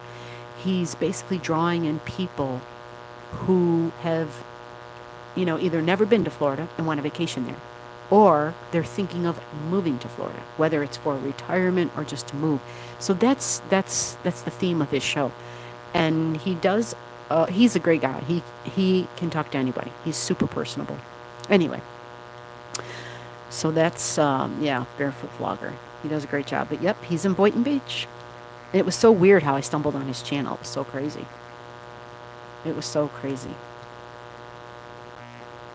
Tam and Cal. Well, I know it's not Cal right now, but Tam, I know there's a lot of times when you're talking, my littles keep asking when we are going back. Are you serious? The kids want to go back? Because, well, one of them wasn't even born. One of them wasn't even born. So Cedric asks when he's going to go back to Florida. Wow. Amazing. Cedric was tiny. Yeah, the ocean, I know, right? Such extremes, isn't it? You're in dry, hot Arizona. Now, I know that Florida can get hot, but at least there's usually, when you're on the East Coast like that, there's always that breeze, which is what I loved when I was there. I was surprised that it wasn't yes, it was humid, but living as close to the ocean as you guys did, I loved it. And I was really surprised because I never had an inkling. I never, ever wanted to go to Florida. Never. There was just nothing that drew me there. I just never even had the desire. And so when I got there, them damn palm trees. People used to talk about palm trees all the time, and I would just, in my mind, I used to be like, okay, it's a freaking tree. I get it. It's a tree. But people would talk about it, and their eyes would kind of gloss over, and I'd be like, okay, what the hell? But when I got to Florida, I understood it. I was like, palm trees. I was like, yeah, there is something, there's this magic to the palm trees. There really is. And the ocean. I love the ocean. I love the ocean, yes. But I love the ocean. I love mountains. I loved when I was in Hawaii. Oh my God. 5 more days I would have found a job and never come back. Definitely. 5 more days. I don't know how much work I really gotten done because I looked at my astrocartography, and it showed that I would be highly delusional in Hawaii, that it was my dream place. It was my dream place. So a great place to vacation, but I would never get a lot of work done there. But I did learn to surf when I was there, so I got something done, damn it. Oh, yeah, I love the ocean. So you guys are about 2.5 hours away. You know what? That's what I thought, because one time I thought somebody was like, oh, you're in Florida, you need to go to What's there in Orlando? I always forget if it's Walt Disney World or Walt Disneyland. I get those mixed up because I've never been to either one. Somebody was like, "Oh yeah, you got to go check that out." And anyway, I never did. And when I had thought about it, I looked and I remember thinking, "That's a 2.5 hour one-way drive." Um, and then someone said, "Yeah, there's like no wind there. It's the middle of the state, and so if it's hot, which I believe I was there like right after the monsoon season or whatever. I know you don't call them monsoons, but or hurricane season. I mean, it's a monsoon season. Well, monsoon season, it kind of makes sense because compared to rain in Chicago, when it rains in Florida, at least right there on the East Coast like that, it was like a monsoon. I had no idea. I never ever saw rain like that. Like, you have to have the a huffy umbrella because the rain is so strong it will mess your umbrella up. Like, it's monsoon season. Of course, anybody listening who actually had to live in a monsoon is probably like, "Gee, you don't know what you're talking about," but it felt like a monsoon. Okay. Um, oh, you went in 2014 and you loved it. Then again in 2018. Well, good for you. Um, I know there's another YouTuber that went recently. I think it was Tam. You know their name. Um, Hoops Family Network. That's who it was. I think they were there this year, if I'm not mistaken. And they loved it. They loved it. But yeah, I've never been to either one. Disney World. So World is in Florida. Land would be California. Okay. All right. All right. Hello, Miss G. Ah, it's Sheila. Is that Sister Sheila? What's up, Sister Sheila? You have to tell us. This is the theme tonight. Welcome to the Star Room, first of all. But you have to tell us where you're from, like right now. Where are you? Where are you coming in from? And what time is it? What time is it? Ah, here we go. It says where they're from, obviously in Korea, but that's not where she's from actually. Even though she's broadcasting out of. Yeah, it's me, your sister Sheila. Yeah, Sheila. Where are you originally from, Sheila? Sheila is extremely. She fascinates the heck out of me. She's probably, gosh, a super brave individual. I think she's got a lot of. She's from Zimbabwe. That's right. And look how good her English is. Like, I'm so flattered by people, or not flattered, but I'm so amazed by people who are not only speaking not their native tongue, not the tongue of where they live. Well, I know everybody says, well, it's not such a big deal because everybody teaches everybody English now. She speaks fluent English. You know, she'd probably self-criticize and say, "Oh, my English isn't that good." Her English is better than a lot of folks' English that I know. Let me tell you that. Um, yeah, she's from Zimbabwe and she's now in Korea, right? Yeah, she's amazing. Um, yes, Sister Sheila. And I was talking to her the other night saying, I'm thinking I might do some lives, but I'm trying to figure out from people what would be a good time. And the funny thing is, yeah, I know, right? The funny thing is like a year ago, I had this really strong vision, and it showed me doing lives, not necessarily, well, whatever. It showed me talking with people just like this, and it was late as hell, my time. And I kept thinking, I would never do that. I'm a morning person. That would not even be me.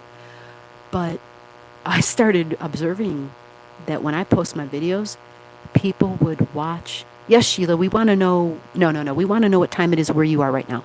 We want to know what time it is where you are right now. Um, I started noticing that people would watch the all astrology videos basically when they're laying in bed at night, like their wind down type of thing. They'd be like, "Oh, it's a G video," they'd watch it. So I started posting my videos in the evenings. And then I started making YouTube friends with people. By the way, the Zimbabwe's in Korea, for those of you who are still on the chat here, um, Tam and Kel, these are all YouTubers, by the way. Zimbabwe and Korea is a YouTube channel. So if you scroll through the chat, anybody in the chat that is that's here, They're all legit people. You know how I show up for your channel? That's how they show up for all astrology. They're all legit. So just scroll through the chat. Um, yeah, I don't know who's still here because I've been on for way longer than I had planned on being on. I just really thought I was going to do like a sound test, a live test, because I'd never gone live on my phone. And so, Sheila, how does this sound to you? And be completely 150% honest. I've heard a lot of responses onto how it sounds. And so I want you to just be totally honest. So Sheila said that it is, she's such a scientist. First she said it was 16:15 and then it says 16:14 Seoul, Korea. So that's 4 o'clock in the afternoon, Sheila's time. Yeah, 4:15, 4:14 p.m. Um, so yeah, how does it sound, Sister Sheila? How does it sound there? Um, yeah, how do I get rid of that? You do lives all the time. Is it because I'm on my phone? It might be because I'm on my phone. Because the microphone, it's the same microphone I use all the time. Um, the only thing I am doing different that I heard you. I heard you. I was just going to say the only thing I'm doing different is my phone is plugged in because I didn't have a lot of batteries when I began and I really wasn't planning on going long. So I just thought, well, I need enough juice. So it's the phone. Well, you know what? Let me do this. Hold on. Let's do a test. Let's get rid of the charge. That's what the sound was. Okay, how is this now? Does it sound better now? This should be the difference. I'll be happy that I know the difference now. I kept saying, what do I do for the difference? How do I make it better? Oh, it's perfect. Oh, I'm so sorry. These people have been on here for 2 hours with that annoying ass sound. That shit would have drove me crazy. I'm gonna be honest with you. To turn some music on or something. Okay, good. Excellent. Okay, so in the future, I have to either make sure I'm on a probably just do the live from the laptop or something or for the desktop. But I mean, yeah, I must because soon as I asked that question, the answer came right in. As soon as I asked that question, I heard it's because you're charging, and I thought, holy crap! And then Sheila, right at that moment, punched in, "Are you charging your phone?" It happened to you last time, yeah, and you go live all the time. Yeah, Zimbabwe's in Korea. Yes. Absolutely fascinating. Now, Sheila, you missed my story earlier about. Oh, thank you, Universal Voice. You're still here. I appreciate it. How does the voice? How does the sound? How's the sound going to you now, Universal? How's it sounding? Any different?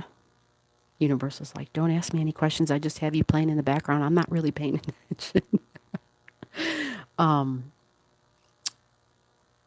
So, Sheila, this would be fascinating. Oh, sister, you're so awesome. She came in with her other one. There she is. So, I was telling a story. Somebody asked me a question. Who asked me that? It might even have been Universal Voice. So, yes, Sheila's vlog, Tam and Cal, Universal Voice, Zimbabwe's in Korea.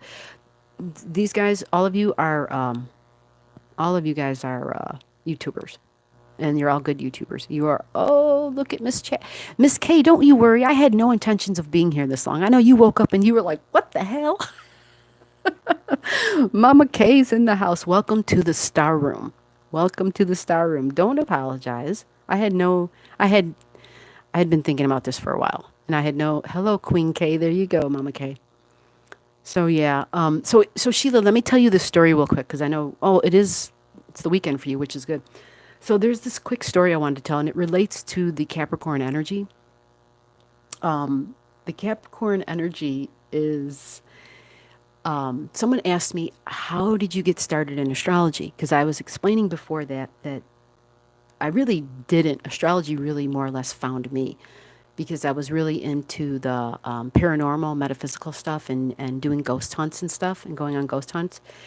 And one day I was at my job, and my job, it was all part of me like hiring people, right?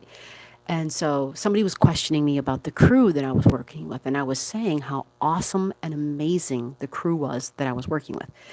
and actually, I think I had said that it was the best crew I ever had. And this was a job I had been at for 25 years, right? So it was the best crew. And I mean, I had this crew for like, it's just a job where, the turnover rate was, you know, like in the middle, so you don't always work with the same people all the time. But this particular crew I had worked with for like a full year, which was pretty wild. Anyhow, this crew worked off really, really well. And one day, I don't even remember the details, but for whatever reason, I thought to myself, I wonder why.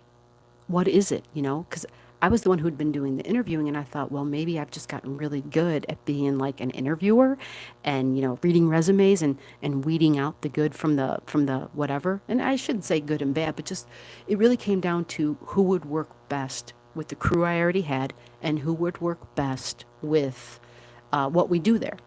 And so, for whatever reason, I kept hearing, look at their birth dates. And I thought to myself, well, that's interesting because when I hire people, because I would hire people, some people who would come right out of high school, so I had to make sure they were legal. So the only thing I ever paid attention to were birth years, right? I had to make sure they were at least 16 or older. So again, I heard, look at their birth dates. So I went ahead and I looked at their birth dates. And guess what, Sheila? Sister Sheila? Every single one of them was a Capricorn birth date. Every single one. And it was the best crew. I had been raving about how good these people were, and they differed in ages, but every single one of them had a Capricorn birth date. Okay, now this isn't their rising sign, but this is their birthday, which is a sun sign. So when that happened, I was like, oh my God, how is that possible? Like, that's amazing. So that to me was astrology came to me because when that happened, I had to question it and I had to say, how was that possible? So when I started studying deeply, I then observed Capricorns are all about work, all about professional goals and ambitions. They are serious at working, and they don't mind working. To Capricorns, work doesn't feel like work, like it's natural to them. And so that was exactly what I experienced with this crew that I had. I was just like blown away because they were the kind of people where you give them a task to do and they would find something else to do once they finished the task. Or they would at least come and say, what else needs to be done? I'm done with this. And they would just chop away at the list. They would just chop away at the list, like not a big deal. And so that's what turned my mind, where it was just all of a sudden like yeah, I guess a conscious raising experience that I needed to take astrology more seriously. And so at that point, I said, okay, I was still very skeptic because I honestly didn't want to get involved with it only because I was having too much fun. And when I started looking at it, I realized it takes commitment. It takes time. It takes commitment. You really have to decide, you know, to just you have to be honest with yourself as to how much time you can devote to it. Like if you're going to be serious about it. And I just felt like I was at a time where I wasn't. But that event, when astrology came and stepped into my practical, tangible world and showed up, I realized, okay. Plus, there was a whole bunch of events happening in my life that no matter who I talked to, they couldn't give me rational explanations. They couldn't explain things to me. And I thought, I need information from higher up because nobody I talk to can talk to me. They can't give me answers. They can't even lead me on a path. And anyhow, once I then got into astrology and started digging deeper, that's when I got my answers. Astrology started giving me the answers. And so ever since then, I've always tested it and I've always treated it as an experiment. I've always said, you need to prove yourself to me. And so that's kind of basically the same advice I give anybody else. Even though when I'm doing my videos, I'm basically it seems like I'm selling it. I don't know what else to say, like that just happened. So anyway, Sheila, that was me trying to do that because I know that you are a Capricorn sun sign. And I'm still in an academic institution. Yeah, let me catch up on what you've been commenting about here. Let me see here if there's some. Mama Kay, I don't know if you're still here, and if you're not, don't worry about it. I don't expect you to, you know, to have to. I didn't expect anybody to be up at this hour, to be honest with you. And she's an hour ahead of me, so her time it's 2:30 in the morning.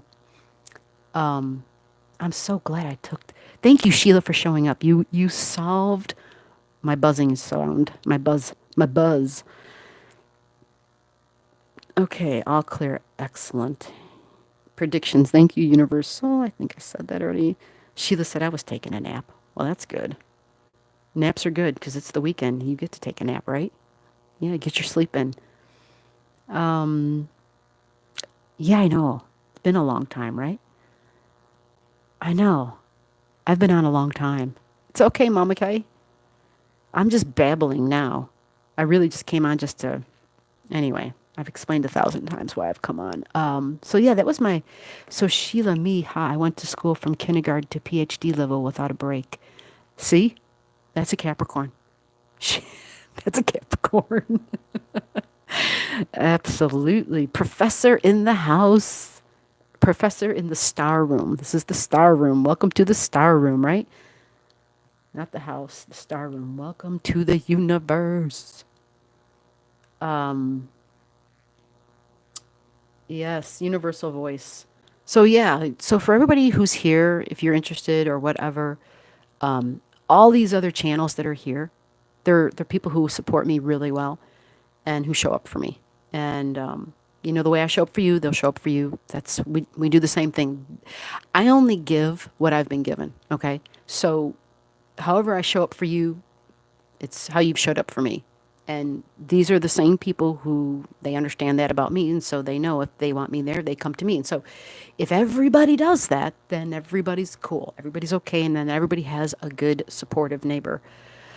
So either way, I don't know if there's any, Lou S., I don't know if you're still here. And if you're not, that's totally fine. But I really wanted to just kind of do like a, just dip my toes back into the live waters because my goal is to be able to touch in more personally with people by doing the lives. Because when I do the rising sign readings, they're very general, and I need to be back doing what I was doing originally, I think. At least for right now. I'm tweaking the channel. I'm always tweaking the channel. So keep that in mind. I'm just, I have to stay flexible. So I don't know if there's any other astrology questions, even though I don't have any charts in front of me tonight because I don't, yeah, this was a sporadic thing and I just don't have access to it all for right now. I'm on someone else's device and the darn thing like is telling me all my passwords are wrong. And so I'm like, geez, this is 17 times I wasn't going to do this tonight. And then it just happened. All of a sudden at the last minute, like everything started working. I was like, okay, I guess I'm doing it. And lo and behold, it was like 10:30 at night. And I was like, what the hell? So for the people that just came on, like Sheila, you just came on. Who else came on? Chat with Kay, you just came on. Is there anybody else new? So Chat with Kay, for the people who have come here tonight, we're asking like, where are you at? And well, I already said what time it was. You're an hour ahead of me, but so Chat with Kay, where, if you're still listening, where are you at in the world? We're asking people to tell us where they are. LOL, that's how I go live too. Yeah, don't worry, Universal. I know you're working. You're awesome. I mean, that's what I do when I'm busy. I'm supporting people. I just keep their live or their video on in the background and, do the best I can do because you still got to do work and you still got to help people out. Yeah, it is interesting. Yep, Chat with Kay's in Indiana. That's right. Indiana. You know, I think up until I was like 5 years old, our family, we lived in Indiana. And my parents moved us to Illinois. And so, yeah, pretty crazy though. Because Mama Kay, where you're at, I know I think I've told you this before, or maybe I haven't told you this before, but where you're at, you're in Indiana, not far from where you are, there is a a school. Well, it's really more of a, it is a school. And God, I used to spend so much time there. I mean, I would go there and spend a week at a time there. And weekends I would spend there. And it's actually a spiritualist college, it's called. And it's in Chesterfield, Indiana.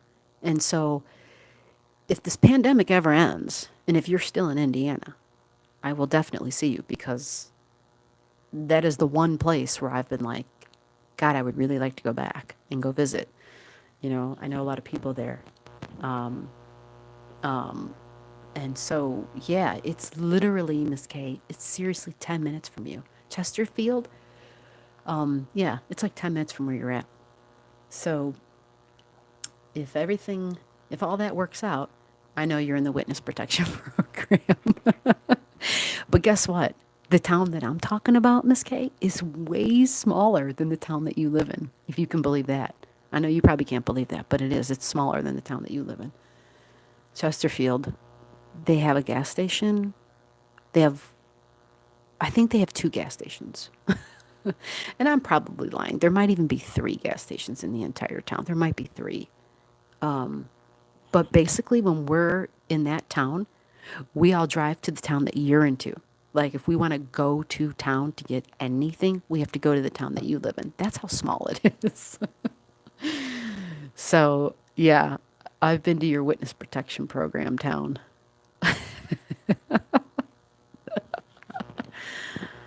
Wow, I hold three. Oh, a whole three. Yeah, yeah, yeah. A whole three. Absolutely.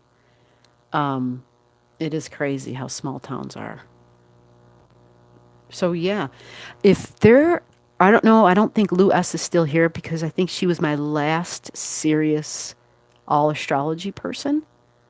Um, because that's, I want the platform to be for everybody. I'm in no way saying this is only for people who are like serious about astrology. Because I do have some people who are really into it. And then I have all my YouTube neighbors, and so I want the platform to be able to, when I'm doing lives or whatever, to be for everybody. I really do. So the whole point is to be able to touch in and to make myself more accessible as well, because I know there are people who feel like they don't know me. When I do the astrology videos, it's pretty focused just on the astrology. The whole point of this is also to give people more access to me and for it to be, I was even thinking I could do one show where I'm pulling in, maybe doing some questions, whether they're questions people submit to me, and they don't have to be astrology questions, or questions about, something like the 40 question thing, stuff like that, where it just gives people a window into who I am and, more about me. And that's, I'm not planning on doing that right now, but yeah, right. That's exactly it, Sheila. Trying to just make it more personable because, again, when I start getting into the whole astrology thing, I am very focused about, when I start doing that. And so, anyhow, for some people, that's very dry and they don't care for it. But, when you understand the face and the personality behind the voice and the microphone or whatever, it makes it a little bit different. And that was the whole point of bringing weaving the cats in too, like in the shorts and stuff, because they're a huge part of my life. They really are. They're a huge part of my life. And Miss Taffy, Mama Kay, you missed Taffy. She wasn't really here because I'm in a different room right now, and where I'm at, there's not a lot of room for the cat to sit right here. But she was in here tonight, and she was like banging on the door to get out because she had to use the bathroom. But Taffy was here, Mama Kay. She was here. Okay, so I know there's still 9. I know, oh man, right? Don't worry, the more I spend time in a different location, the more she'll get acclimated and she'll get more comfortable because you know, cats can be very, very territorial. And if you change the way you do things in the territory, because this is kind of like her nap room, this is where she sleeps at night. Yeah, I bet she was looking for you. I bet she was looking for you. Um, Okay, hold on a minute. Okay, there we go. Let me see something. I wanted to. I can't believe I'm still doing a live. It's 1:34. I'm crazy. I have to stop. My body's like, gee, I'm gonna, I'm gonna beat you up. Okay, I can't find what I was looking for. But anyway, yeah. So that was the whole point of the cats was to just pull in more of them because they're, like I said, a huge part of my life. And I do other things that are a huge part of my life too uh,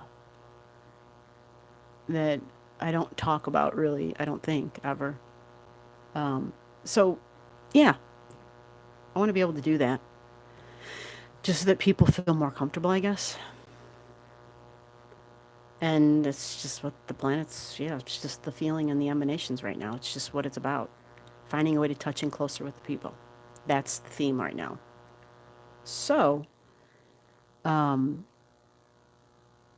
is there anything else I should address, ladies? Because I think, even though it says there's 9 watching, I don't know who else is watching. But if you're watching and if you have a question, and this is an astrologer, and if you think there's something you will have a question for, ask me now because I'm probably going to be signing off any minute now. But we'll come back and we'll do this again sometime, that's for sure. And try to figure out a time that works good for everybody, you know? There are some things I should choose not to say. Huh. That must have been a response to something I said. I don't know. I'll have to go back and watch what I said. I can't even remember at this point. Taffy, so yeah. Sheila, I know you don't get into those green eyed cats. And that's okay. We'll watch back the live stream. Well, blessings to you for anybody who watches the live stream. It has been so long. I'll have to figure out how to do that. I think you just go in and do the chat beyond the thing. Yeah, Mama Kay, you know what? For over a month now, it's like I've been, you got to go back and do more lives. And the lives aren't, it's not because I need to be monetized, obviously, but it's to, when I do the videos, my focus is on them just being about the information and being professional and being accurate. That's a really big deal for me. So here, I want this platform to be a little bit more laid back for me and a little bit less stressful, but at the same time, to have a platform where people can ask questions and where they can do it in a way where it's just we're hey, it's okay to come to you and say, hey, I don't know this, and it's perfectly all right. You guys probably missed this. I mentioned it earlier in the live that originally when I started astrology, I had been writing long before astrology. I had been writing, and my goal was to write an astrology book for children. For children. So I'm very eager to touch in with people who know nothing about astrology.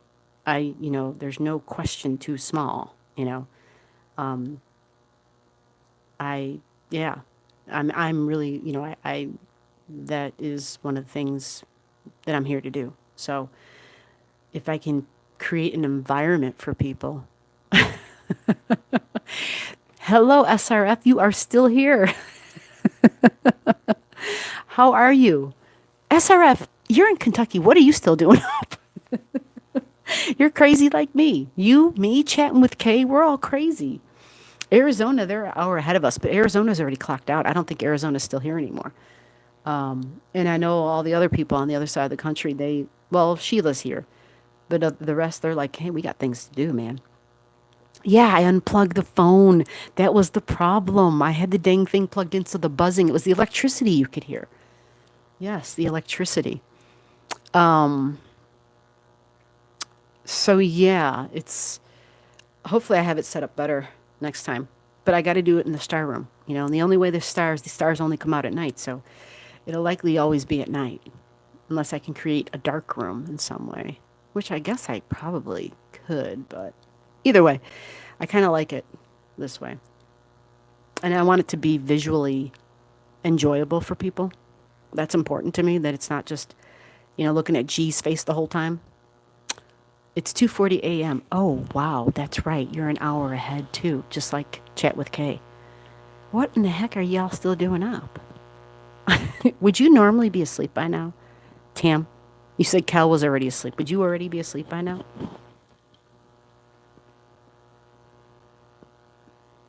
I think most sane people are. I know chatting with Kay, you say you're up at all different hours of the night anyway. So chatting with Kay, do you like this?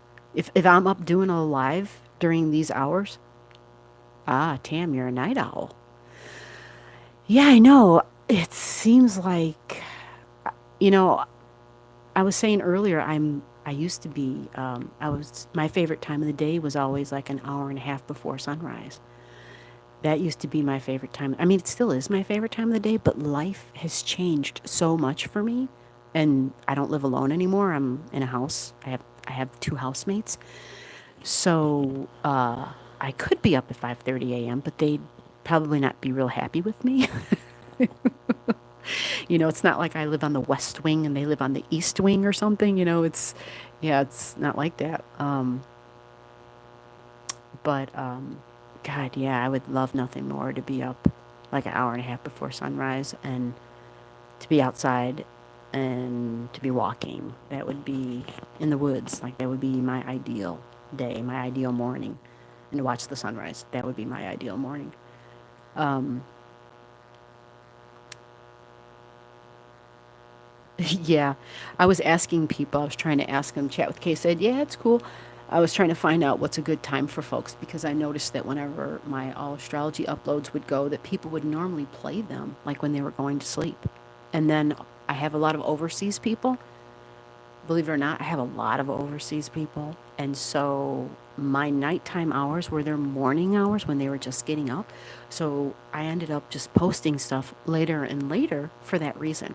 Because my family, I have a lot of family on the West Coast. So posting stuff earlier in the day, and if they have children, they can't get to it until evening, until 9:30, 10 o'clock at night their time.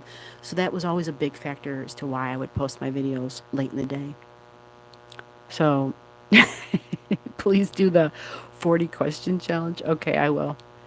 I thought it would be fun to do the 40 question challenge. Um, I'll save that for the next time I go live because I do have the 40 questions. Someone actually sent it to me a few months ago. And oh, what is her channel name? She's a good channel. She's not on a whole bunch. She only posts, she's like a makeup chick. Matter of fact, she lives on the West Coast. She lives in California, but she does like makeup for older women. And so she's always doing vlogs about different kinds of makeup and how they wear and whether they last for 10 hours. Like, I don't even wear makeup, but she's a great supporter. So she supports me, I support her. And I'm drawing a blank on her channel name, but that's going to drive me crazy. Anyway, she did the 40 questions and she tagged me in it. She tagged me to do the 40 questions, and I told her, okay, I'll do it. But I have to do it. I'll do it on a live, is what I told her. Because I'm not going to make a video on that. I think if I make a video, it's got to be about astrology content, unless it's like a quick short, like with the girls or something. Otherwise, I don't think it's fair to the people who tune in for astrology. And so I don't want to, yeah, that's just my kind of parameters, I guess. I don't wear makeup too. Shh, girl, you don't need to wear makeup. You have beautiful, your skin color is gorgeous. Your skin tone is gorgeous. Yeah. So I love my natural. Yeah, absolutely. I have two of my goddaughters. I they're really kind of like my daughters because I kind of raised them. Well, I did raise them for a good portion of their life, and they're both dark skin, and they're beautiful. And I'm always like, why you don't need to wear makeup? And they're young. The one is in her early 20s, like 21. The other one just graduated from high school in 2020. So that was kind of a bummer for her, but she has beautiful skin tone, beautiful hair. And I'm always just like, a miracle. You don't need to wear makeup, girl. You are gorgeous. You like, don't. But she's always been fascinated. Ever since she was an infant, she would braid hair. Like, she always had the Barbie dolls, and she would be braiding their hair and combing their hair. And so once she got a little bit older, she got one of those doll heads that you could, like, it was a real head, like the size of a real head, and you could braid the head, like the hair on the head, and then you could do the makeup on the head. And when I saw that, I thought, oh, this girl's going to be into makeup. And yeah, the girl's into makeup. So anyway, it's her life. It's her skin. She can do what she wants. But to me, like, that's why I love summer. I love the sun on my face. I mean, I love sunlight anyway, but to get the sun on my skin feels good to me. And my complexion, it is so pasty, half dead looking white. It's I don't care for it.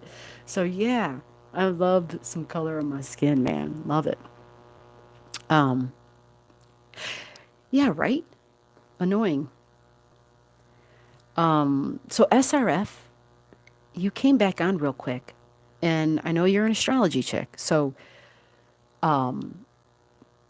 you asked to be included in the ceremony, and you were included. Tam and Kel, you were included in the ceremony.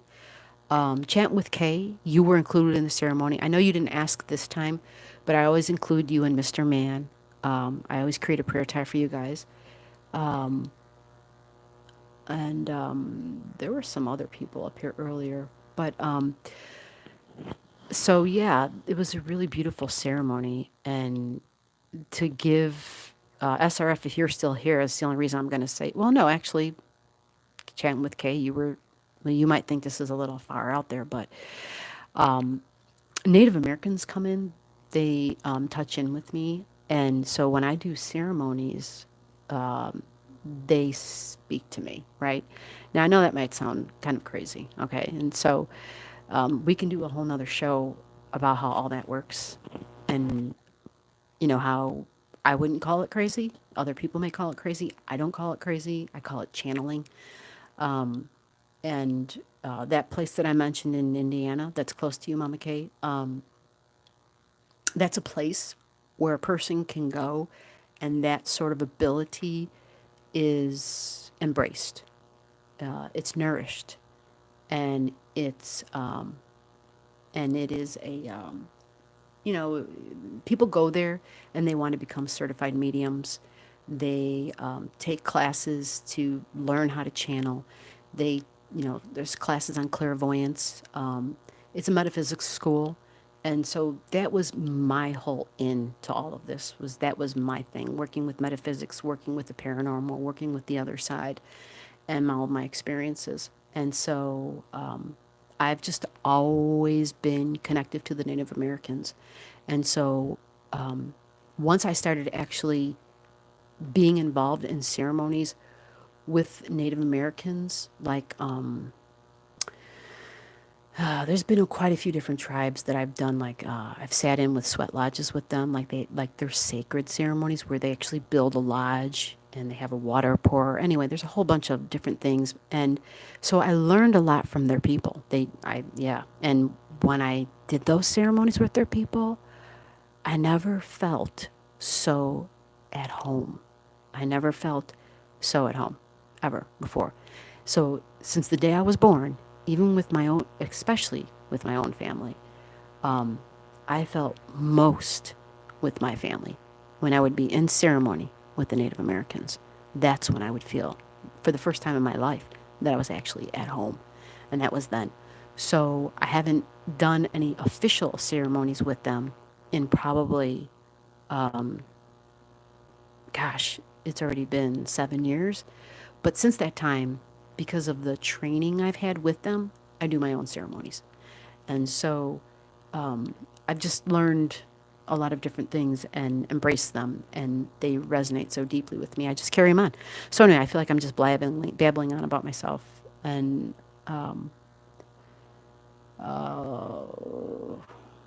okay. So yeah, I am actually SRF. You haven't said anything, so I'm assuming you just came back in real quick and you're being polite and you're staying logged in to be a sweetheart. But I am going to let you guys go because I am tired. It's 1:49, and let me know. Reach out to me, whatever. If you guys have any other comments or things that you would like me to do for the next live, anything in particular. So Sheila, you mentioned yes, do the 40 questions. Yes, I can do the 40 questions. That's not a big deal. And this was great. And I'm really happy for the people that showed up. And I hope, I know we had a person who was on earlier. You guys didn't get to see it. Somebody who actually had a difficult, just an experience. They didn't say what the experience was, but they talked about how they felt. And so it was really nice. I guess it was really great timing for her that this all happened in the way that it did. And so for you guys, thank you for coming through. Thank you for showing up. Thank you for all the thumbs up. And until next time, I will leave you with an awesome quote. And it's, I don't know if I've ever shared this quote with you guys. I'm big on quotes.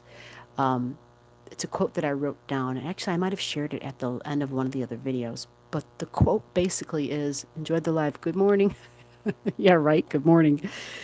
The quote is by, what's her name? Eleanor Roosevelt. I might have already shared this. But she said, and I'm going to end it after that. Her quote was this. Eleanor Roosevelt said, small minds talk about people.